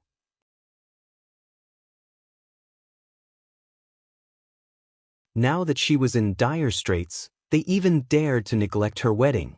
Everyone looked at each other. Lu Yao stood at the side with a stiff expression on her face. She had actually forgotten to tell Min Min that the crown prince did not need to personally come over to welcome this marriage. At this moment, someone walked over quickly. Isn't it already packed? Why aren't you leaving yet? The sedan chair is already waiting outside. Third Miss Chu, please come in. This man looked familiar to Chu Xianmin. He was just a normal guard in the crown prince mansion. He used to bow and scrape when he saw her, but he dared to speak with a straight back in front of her now. But that wasn't the most important thing. The most important thing was, you, what do you mean? The crown prince is not coming. Chu Xianmin widened her eyes. Lu Yao pulled her and whispered, Min Min, don't worry. According to the rules, there's nothing wrong with this. Chu Xianmin finally recovered her senses. The crown prince would not even come to her so-called wedding. He would just send someone over casually. That guard smiled with a hint of mockery on his face. Third Miss Chu, His Highness is busy with work. How can he have the time for such a small matter? Small matter? He actually said that the most important thing in a woman's life was a small matter. Chu Xianmin had fantasized about marrying into the crown prince mansion countless times. It should be colorful and grand. It should not be as simple and disgusting as it was now. It was only at this moment that she realized that she was a concubine. Chu Xianmin did not know how she suppressed the surging emotions in her heart. She also did not know how she walked to the sedan chair outside the door. Only when she reached the crown prince mansion's door did she finally recover her senses. She lifted the curtain at the side and looked outside. The crown prince mansion's door was tightly shut. It did not look like a wedding was going to be held. She could only enter through the small door. A strong sense of humiliation welled up in her heart. Chu Xianmin was born to be favored by the heavens. She had been the object of envy for so many years. When had she ever been so lowly? Her hatred for Chu Luiwei increased by another level. The servant brought her to a yard in the backyard of the Crown Prince Mansion. Tingfeng Garden will be your residence in the future. The Crown Prince has something important to do today, so he won't be able to come. You can wait here for now. After saying this, the person who brought her here turned around and left. Chu Xianmin took a look and saw a few servants and page boys standing outside. They must have been sent to serve her. She was extremely aggrieved at this point, so she could not care about them. There was only one way left for her now. No matter what, she had to win the Crown Prince's favor. Chu Xianmin waited for an entire day.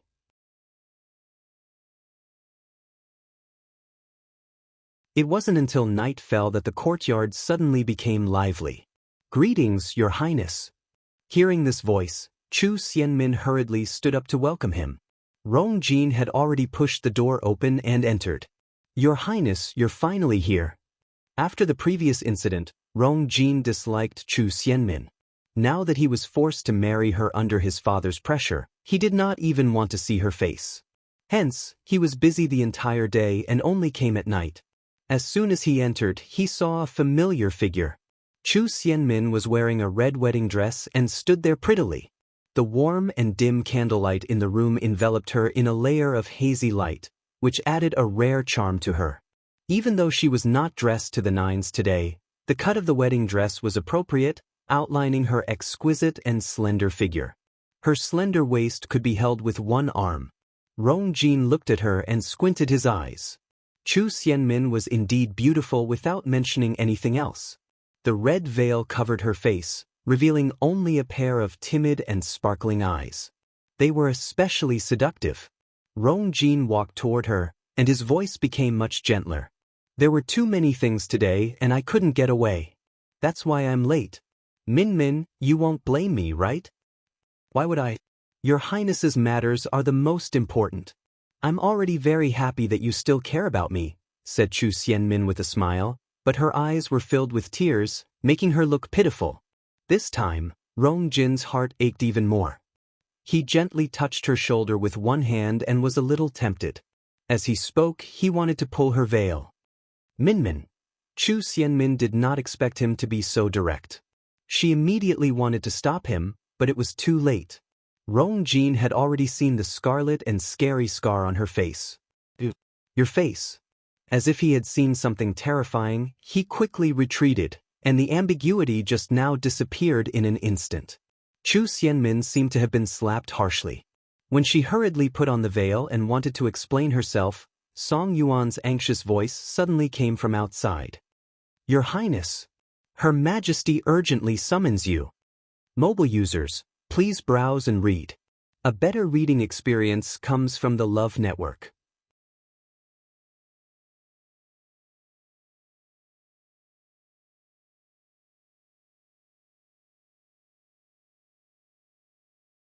Chapter 114.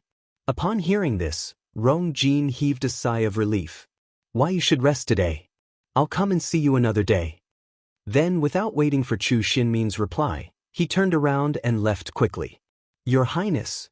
Chu Xianmin was flustered and instinctively wanted to follow him to explain. However, Rong Jin suddenly turned around and frowned. All right, don't go out and show your face if you have nothing to do. You can still go to the academy, but your face. You should wear your veil. Then, he hurriedly left as if there was a ferocious beast chasing after him. Once he thought of that frightening face, he felt his stomach churn. To think that I actually thought she was beautiful just now. How disgusting! Rong Jin's figure quickly disappeared, and only Chu Xianmin was left in the room. She stood there in a daze and laughed softly after a long time. However, there was only coldness and hatred left in her laughter. It's already so late. Why did Father suddenly summon me? What happened? Rong Jin asked Song Yuan as he walked out of Ting Feng Garden quickly. Your Highness, I don't know either. Eunuch Min came personally. It seems like it's urgent. As he spoke, Rong Jin looked up and indeed saw Eunuch Min's figure. He was even more confused. What exactly happened that made Eunuch Min come so late? Eunuch Min anxiously paced back and forth. When he saw Rong Jin from afar, he immediately went forward. Your Highness, you're finally out. His Majesty is waiting for you. Let's go quickly. Rong Jin knitted his brows. Why the rush? Eunuch Min, what exactly happened? Your Highness, I don't know about this either. It's just that the third prince went to the palace in the afternoon and talked to His Majesty in the imperial study for a long time. After the third prince left, His Majesty ordered you to quickly enter the palace. Eunuch Min hesitated and touched the horsetail whisk in his arms. Your Highness, there's something I need to tell you. His Majesty is in a fit of anger right now. When you arrive, you must be careful.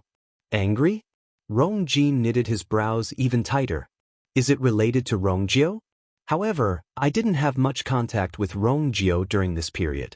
Why is it related to him? Thank you, Eunuch Min. Rong Jin did not ask further and entered the palace with Eunuch Min. The midsummer night was especially hot. Rong Jin was drenched in sweat when he rushed to the imperial study. However, when he entered and saw his father's cold expression, his heart instantly turned cold. Imperial Father. Emperor Jiawen suddenly raised his hand and threw the inkstone on the table at Rong Jin. Rong Jin didn't dare to dodge and took it head-on. A wound immediately appeared on his forehead, and blood gushed out. He knew something was wrong and immediately knelt down. Imperial Father, if you want to teach this son a lesson, this son will accept it. But can you tell me why exactly? Don't you know what you've done?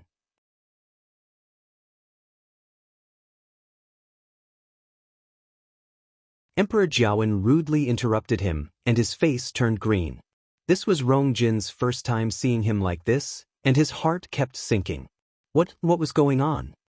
Rong Jin, you're already the crown prince. Why are you still doing this to your brothers? Are you really that intolerant of others? Emperor Jiawen hollered. Rong Jin suddenly recovered his senses and was shocked. Could it be that Imperial Father knows that I sent someone to investigate Rong Xiu? I know that Rong Jiu has many military achievements and can go against you. You don't like him.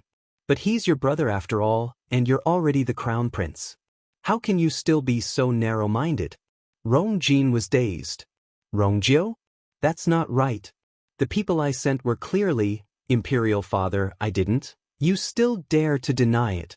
Your men have already been detained by Rong Jiu. Rong Jin's remaining words were stuck in his throat, and he couldn't say them. If it weren't for the fact that he's been in the military for many years and is alert enough, I don't even know if he's dead or alive.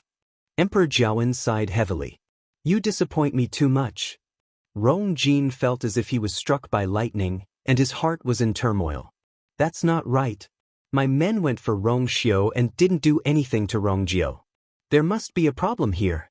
He was indeed afraid of Rong Jiu, but he didn't even want to do anything. This was because he clearly knew that Rong Jiu's military achievements overshadowed the emperor's, and his father had long had this thought. His father made him stay in the imperial city for so long because he wanted to weaken Rong Jiu's control over the Northwest Army.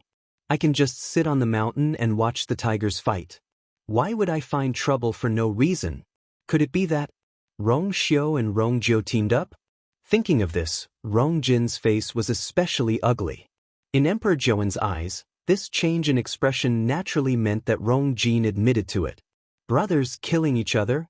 You've really grown up. Rong Jin couldn't refute or say a single word. Since Rong Jiu dared to come here to complain, he must have solid evidence. If he denied it and continued investigating, it would only bring him trouble. Besides, he couldn't say that he originally went for Rong Xiu. The consequences would be even worse. After much thought, Rong Jin could only clench his teeth and admit it. No, my mistake. I just wanted to test Rong Jiu's abilities, and I didn't have any murderous intentions. Father, please understand. However, I was rash and made a big mistake. Father, please punish me. Emperor Jiawen stared at him solemnly. Cultivation time always passed very quickly. In the blink of an eye, Chu Luiyue had already stayed in the academy for 5 days. In these few days, she gradually understood the various classes in the academy and started to get used to life in the academy.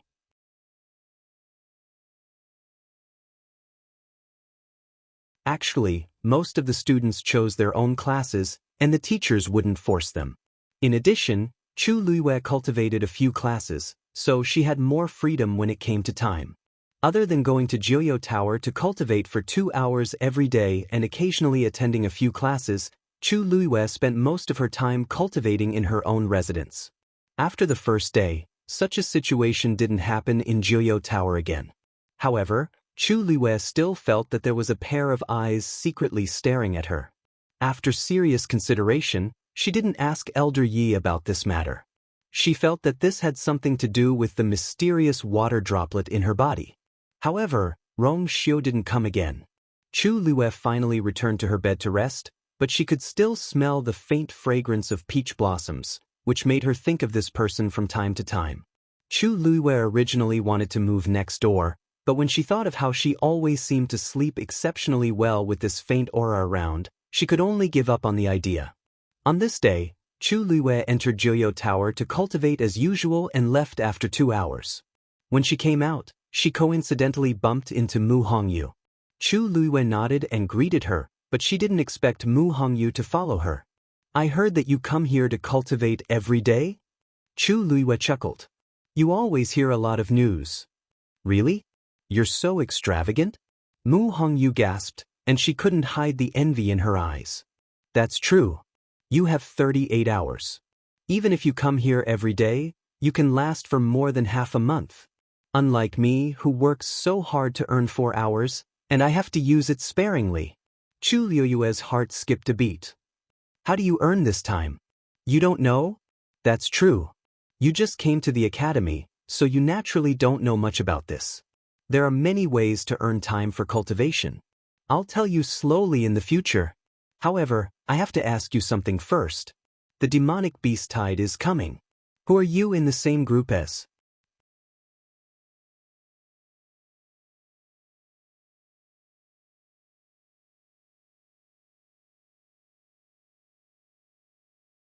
Chapter 115. Fiend title? Chu Luwei was confused. You don't know about this? Every year at the end of August, there will be a fiend title in Wang Lin Mountain. Countless fiends will fight to go there, and many of them are mid-stage fiends. If you're lucky, there will be high-level fiends. This is a great opportunity to hunt fiends, so the elders from the academy will lead the team there every year. The students are free to form teams. After entering Wang Lin Mountain, everyone will move in groups. The level of fiends you can hunt will depend on your own abilities. Mu Hongyu explained. Chu Luwei suddenly understood. The original owners seemed to have a vague impression of this because the crown prince, Rong Jin, personally hunted a 4th-grade fiend, a red-eyed fire leopard, during the fiend title a year ago. When this matter spread, Rong Jin was in the limelight for a while. Everyone knew that the crown prince was very powerful and could even hunt such a ferocious beast personally. One had to know that 1st-grade to 3rd-grade fiends were considered low-level fiends. 4th-grade to 6th-grade fiends were intermediate-level fiends. As for the legendary 9th-grade fiends, they were considered high-level fiends that only existed in rumors. Even though a 4th-grade fiend was only 1 grade higher than a 3rd-grade fiend, the difference was like night and day. However, Chu Luwei had been busy cultivating these few days, so she did not pay much attention to this matter. Mu Hongyu told her this. You want to team up with me? Asked Chu Luwei. Yes. Mu Hongyu didn't hide anything and nodded graciously. You're the top warrior and a Xian master. You're considered one of the most capable students in our batch. Who else can I look for but you? But don't worry, I won't drag you down. I should be able to break through and become a stage 4 warrior in half a month. Chu Luwei was not worried about this. During the previous midterm assessment, Mu Hongyu lost to Gu Mingfeng and came in 3rd place. With this kind of ability, she was definitely considered an expert. Sure, let's move together then. Mu Hongyu invited him so warmly that he had no reason to refuse. The fact that Chu Luwei agreed so readily surprised Mu Hongyu. You really agreed? That's right. What's wrong with that? That's not it. It's just that, those Xian masters have always looked down on us martial artists. We also don't like them, so we rarely team up with them. You're considered a member of the Xian cultivator team now. Won't they criticize you if you team up with me like this? Mu Hongyu asked hesitantly. Chu Luwei could not help but laugh. This kind of struggle was really childish. In a world where strength reigns supreme, why would they care about such things? It's fine. Mu Hongyu smiled when she saw how confident she was. Her almond-shaped eyes were bright and dazzling. Good. It's settled then.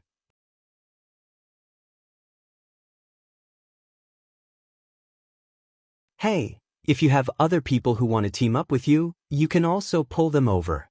5 people in a group, we still need 3 more people. Chu Luwei thought for a moment. It's up to you. She was not very familiar with these people, so she might as well leave it to Mu Hongyu. When Mu Hongyu heard this, she immediately felt that Chu Luwei trusted her a lot and had a better impression of her. But there was a meditation class in the afternoon. When Chu Luwei went over, she saw Gu Mingzhu standing outside the door. Seeing her walk over, Gu Mingzhu's expression instantly darkened. Chu Luwei walked over unhurriedly. Second Miss Gu, did you bring those 2 Xian formation diagrams today? Gu Mingzhu's expression turned even uglier. She took out 2 Xian formation diagrams from her sleeves and threw them at Chu Luwei. Isn't it just Xian formation diagrams? What's there to rush? I'll give them to you. Chu Luwei caught the items lightly and opened them to take a look. After confirming that they were level 5 Xian formation diagrams, she curled her lips and said with a smile, Second Miss Gu also said that now that I've left the Chu family, my status is indeed not that high. 2 level 5 Xian formation diagrams are very precious, so I naturally value them. Unlike Second Miss Gu, who can easily take out this thing as a wager. Gu Mingzhu was so angry that her face turned pale. She did not dare to tell the patriarch about this. Even if she was very favored in the Gu family, the patriarch would definitely not forgive her if he knew. However, Chu Luwei urged her every day when she saw her and even said that if she did not give them to her, she would personally go to the Gu family to ask for them. How could Gu Mingzhu allow her to torment her like this? she could only privately beg her mother to give them to her. Because of this, she was even severely reprimanded. Now that she saw Chu Luiyue smiling so happily, she felt so sullen in her heart that she wanted to die. Chu Luiyue, I'll remember you this time. You better pray that you don't fall into my hands in the future. Otherwise, you'll suffer. Chu Luiyue waved the Xian formation diagrams in her hand. Thank you for your concern, second Miss Gu. If you have any more good gifts, Luyu will be very grateful. Gu Mingzhu was so angry that she almost died. Due to the fact that class was about to start and there were more and more people coming, she could only temporarily suppress her anger. She glared fiercely at Chu Luiyue and turned to enter the room. Chu Luiyue did not care and followed her in. Everyone in the room was in groups of 3 to 5 and seemed to be discussing something. Chu Luiyue had just sat down in her seat when she saw Si Yang waving at her. Hey, Death Change, Chu Luiyue. Why don't you team up with us for the Devil Beast Tide? So everyone was talking about this. Chu Luiyue shook her head. I've already agreed to team up with someone else.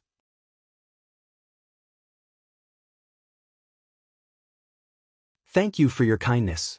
What? Someone already made a move first? Who is it? Si Yang was unhappy when he heard this. Mu Hongyu. Si Yang was stunned for a moment and bitterly lamented. Mu Hongyu? That Chaotian Jiao? Are you kidding me? You, me, and my brother will be the top 3 Shen masters. We'll definitely be invincible. Why are you with her? Also, she's a warrior. I'm a warrior too. Chu Luiyue glanced at him. Is there a rule that says warriors and Shen masters can't team up together? Si Yang was speechless. No, but everything was planned well, but why was Mu Hongyu so fast? We've already gathered 4 people, and you're the only one left. If you don't come, what are we going to do? Chu Luiyue shook her head inwardly when she heard this. If it was just Si Yang and Si Ting, she could discuss it with Mu Hongyu. But it would be troublesome if there were 4 people. Also, she did not want to have too much contact with Si Ting, so this was good. I promised Mu Hongyu that I can't go back on my word. Sorry. Chu Luiyue took out the chessboard after she finished speaking. It was obvious that she had no intention of continuing the conversation. Si Yang glanced at Si Ting dejectedly. Si Ting's expression did not change. If that's the case, let's find someone else. Si Yang sighed inwardly. He could tell that his brother was interested in Chu Luiyue. He wanted to use the magical beast tide to give his brother a chance. Unfortunately, Si Ting, can I join you guys? I haven't teamed up with anyone yet. Gu Mingzhu had been listening to their conversation. Seeing this opportunity, she immediately spoke up and looked at Si Ting hopefully. Mobile users, please browse for a better reading experience from Love Network.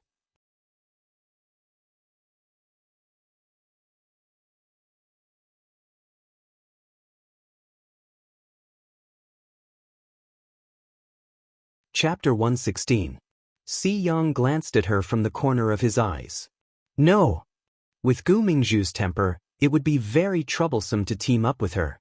Moreover, couldn't she tell that Big Brother was not interested in her at all?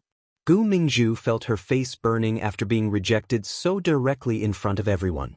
She looked at Si Ting pitifully, but Si Ting did not even look at her. His expression was indifferent as if he did not care at all. Gu Mingzhu felt even more upset. She felt a fire surging in her chest, burning her whole body. She bit her lower lip and suppressed her urge to fly into a rage. However, his jealousy and hatred toward Chu Luiyue increased by another level. Why did they take the initiative to invite Chu Luiyue, but she was rejected when she took the initiative to invite him?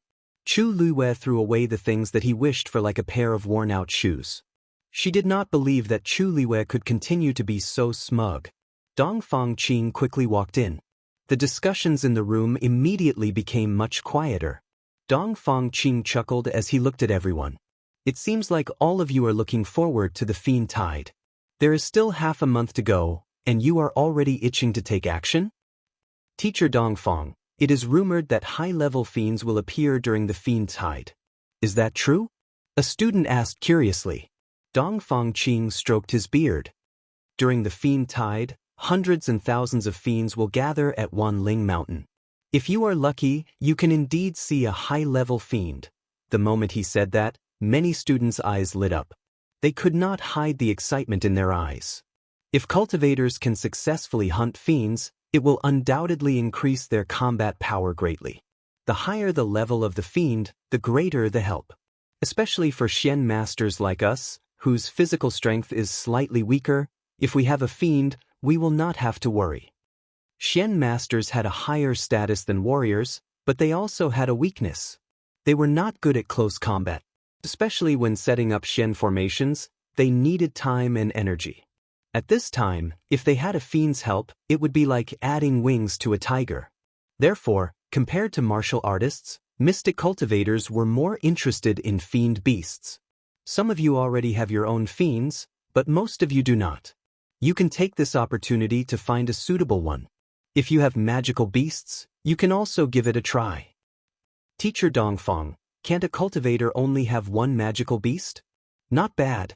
Magic beasts were ruthless, but they were also proud. They would never serve the same master. If you want to hunt new magical beasts, you have to release or kill the previous magical beasts. However, once a magical beast recognized a human as its master, its body would be tainted with the scent of the human. Even if it returned, it would be rejected by its own kind.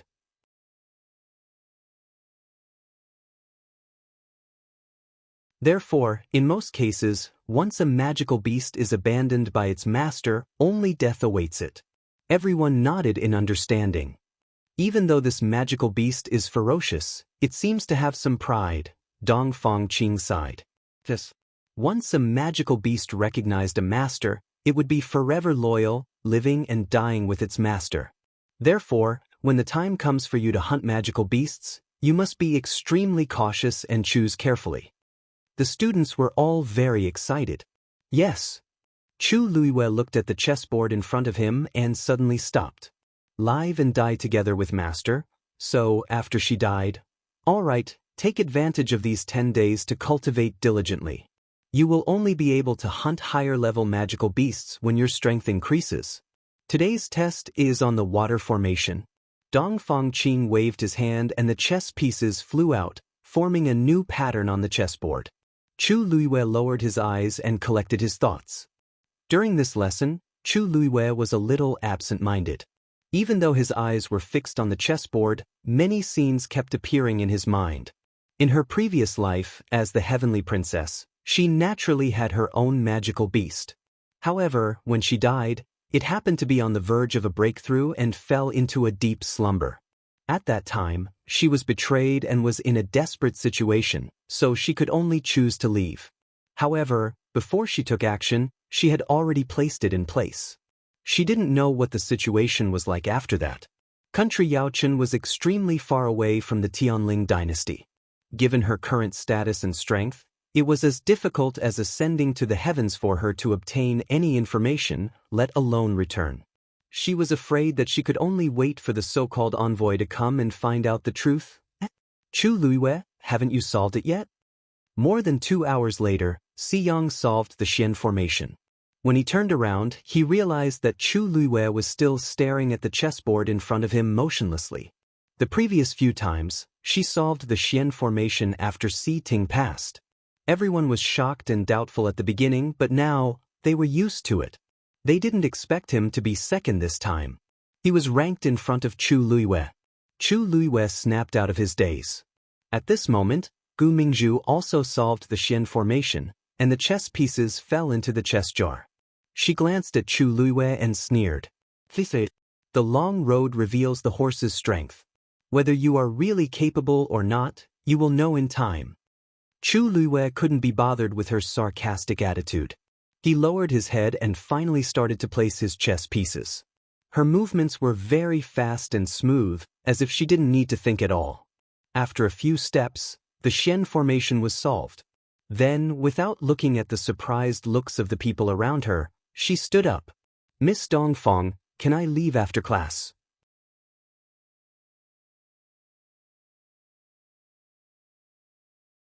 Yes, of course.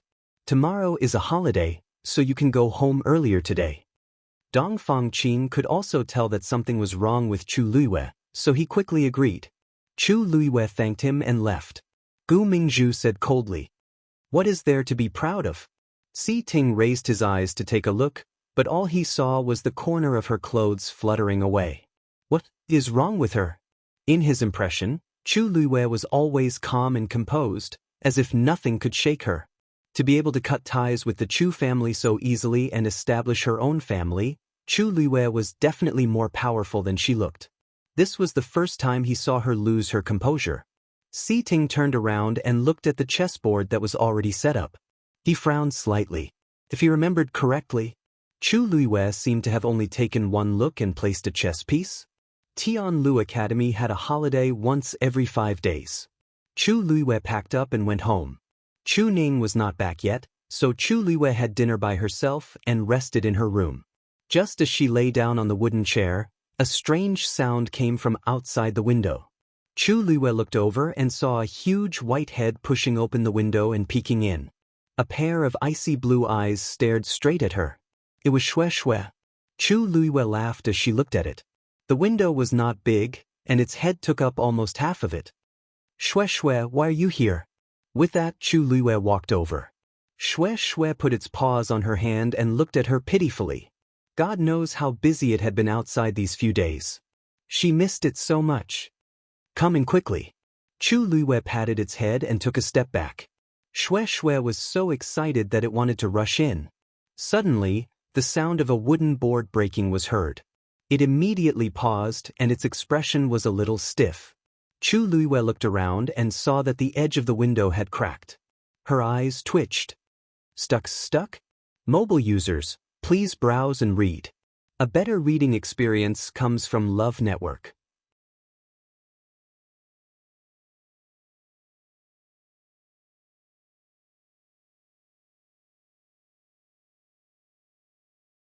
Chapter 117. Shui looked at Chu Luiyue blankly. It didn't know what to do. Its huge head was stuck in the window. It looked very funny. It's already broken anyway. Just come in. Chu Luiyue held her forehead. She waved at it, annoyed and amused at the same time. With Shui's size, it was already difficult for it to come in through the window. In addition, its physical strength was extremely strong. It only needed to move a little to destroy the wooden board.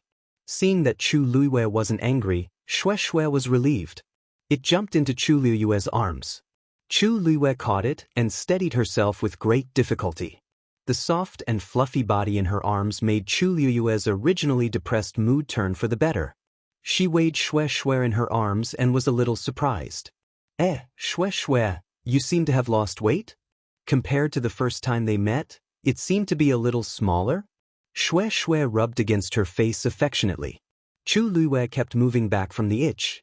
Alright. Shui, stop fooling around. It's ticklish. Shui pestered her for a long time before it stopped.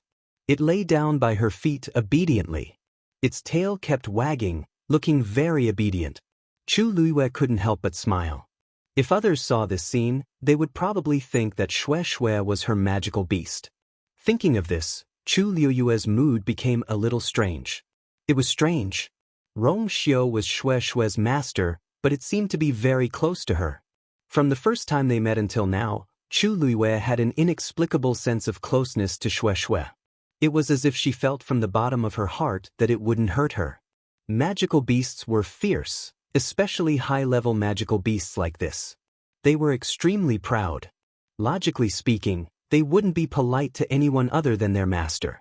But Shui, I haven't seen you recently. Where have you been, Chu Luiyue stroked its fur and asked casually. Shui closed its eyes comfortably. When its master was here, when had it ever enjoyed such pleasure? It wasn't a waste that it had been running around outside for the past few days. Chu Luiyue didn't mind seeing Shui enjoying herself as if she didn't hear him at all. At this moment, with Shui by her side, her loneliness was dispelled. But then again, you and your master are very similar. Shui moved and opened an eye to glance at her. Chu Luiyue tapped its wet and rough nose with a slender, white finger. They all like to barge into other people's houses in the middle of the night.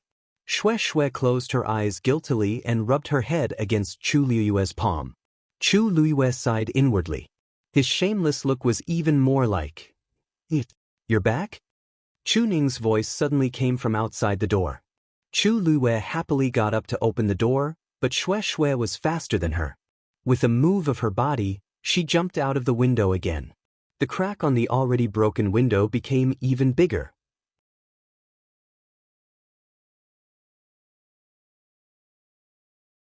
Chu Luiyue looked at her speechlessly. She didn't do anything, so why was Xue Xue so guilty? She opened the door and saw Chu Ning, who she hadn't seen for a few days. At this moment, he was wearing the black armor of the Imperial Guards and looked travel-worn. But the moment he saw Chu Luiyue, his tired eyes lit up. You're really back." Chu Luiyue blinked and acted spoiled, which was rare of her.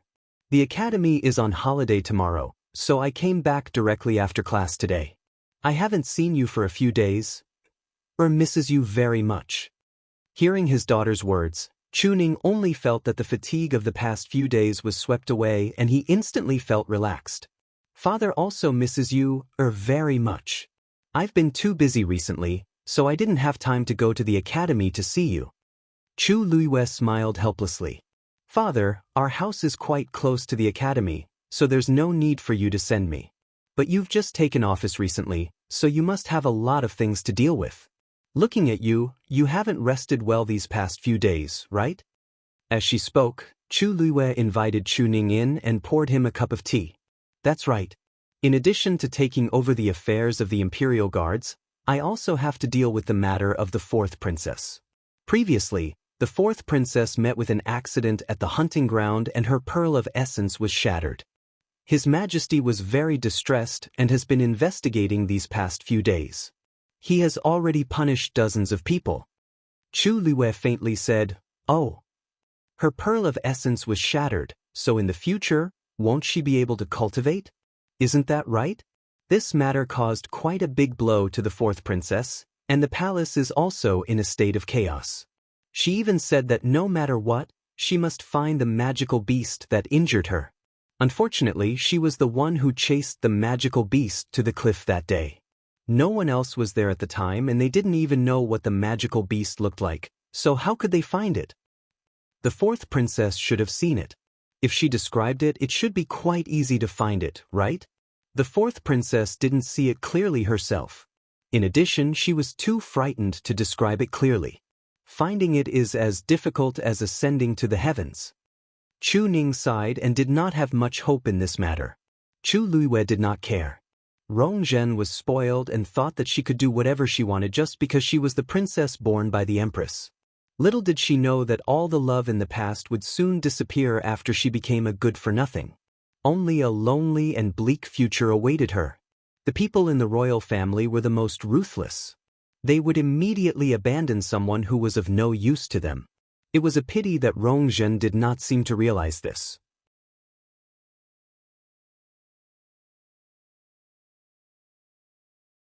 Chu Luiyue held his chin with one hand and asked casually, "I heard that Chu Xianmin married into the Crown Prince mansion 2 days ago. That's really fast." The Crown Prince and Chu Xianmin finally got what they wanted. Oh, Chu Xianmin might not count. When she was thinking of ways to get close to the Crown Prince, she probably never thought of marrying him as a concubine. So many things had happened in the Imperial City just a few days after she entered the academy to cultivate. Chu Ning's expression tensed up. "You, don't talk about the Crown Prince's matters. It wasn't easy for us to draw a clear line with the Crown Prince. We must not have anything to do with him in the future." This reaction made Chu Luiyue feel a little strange.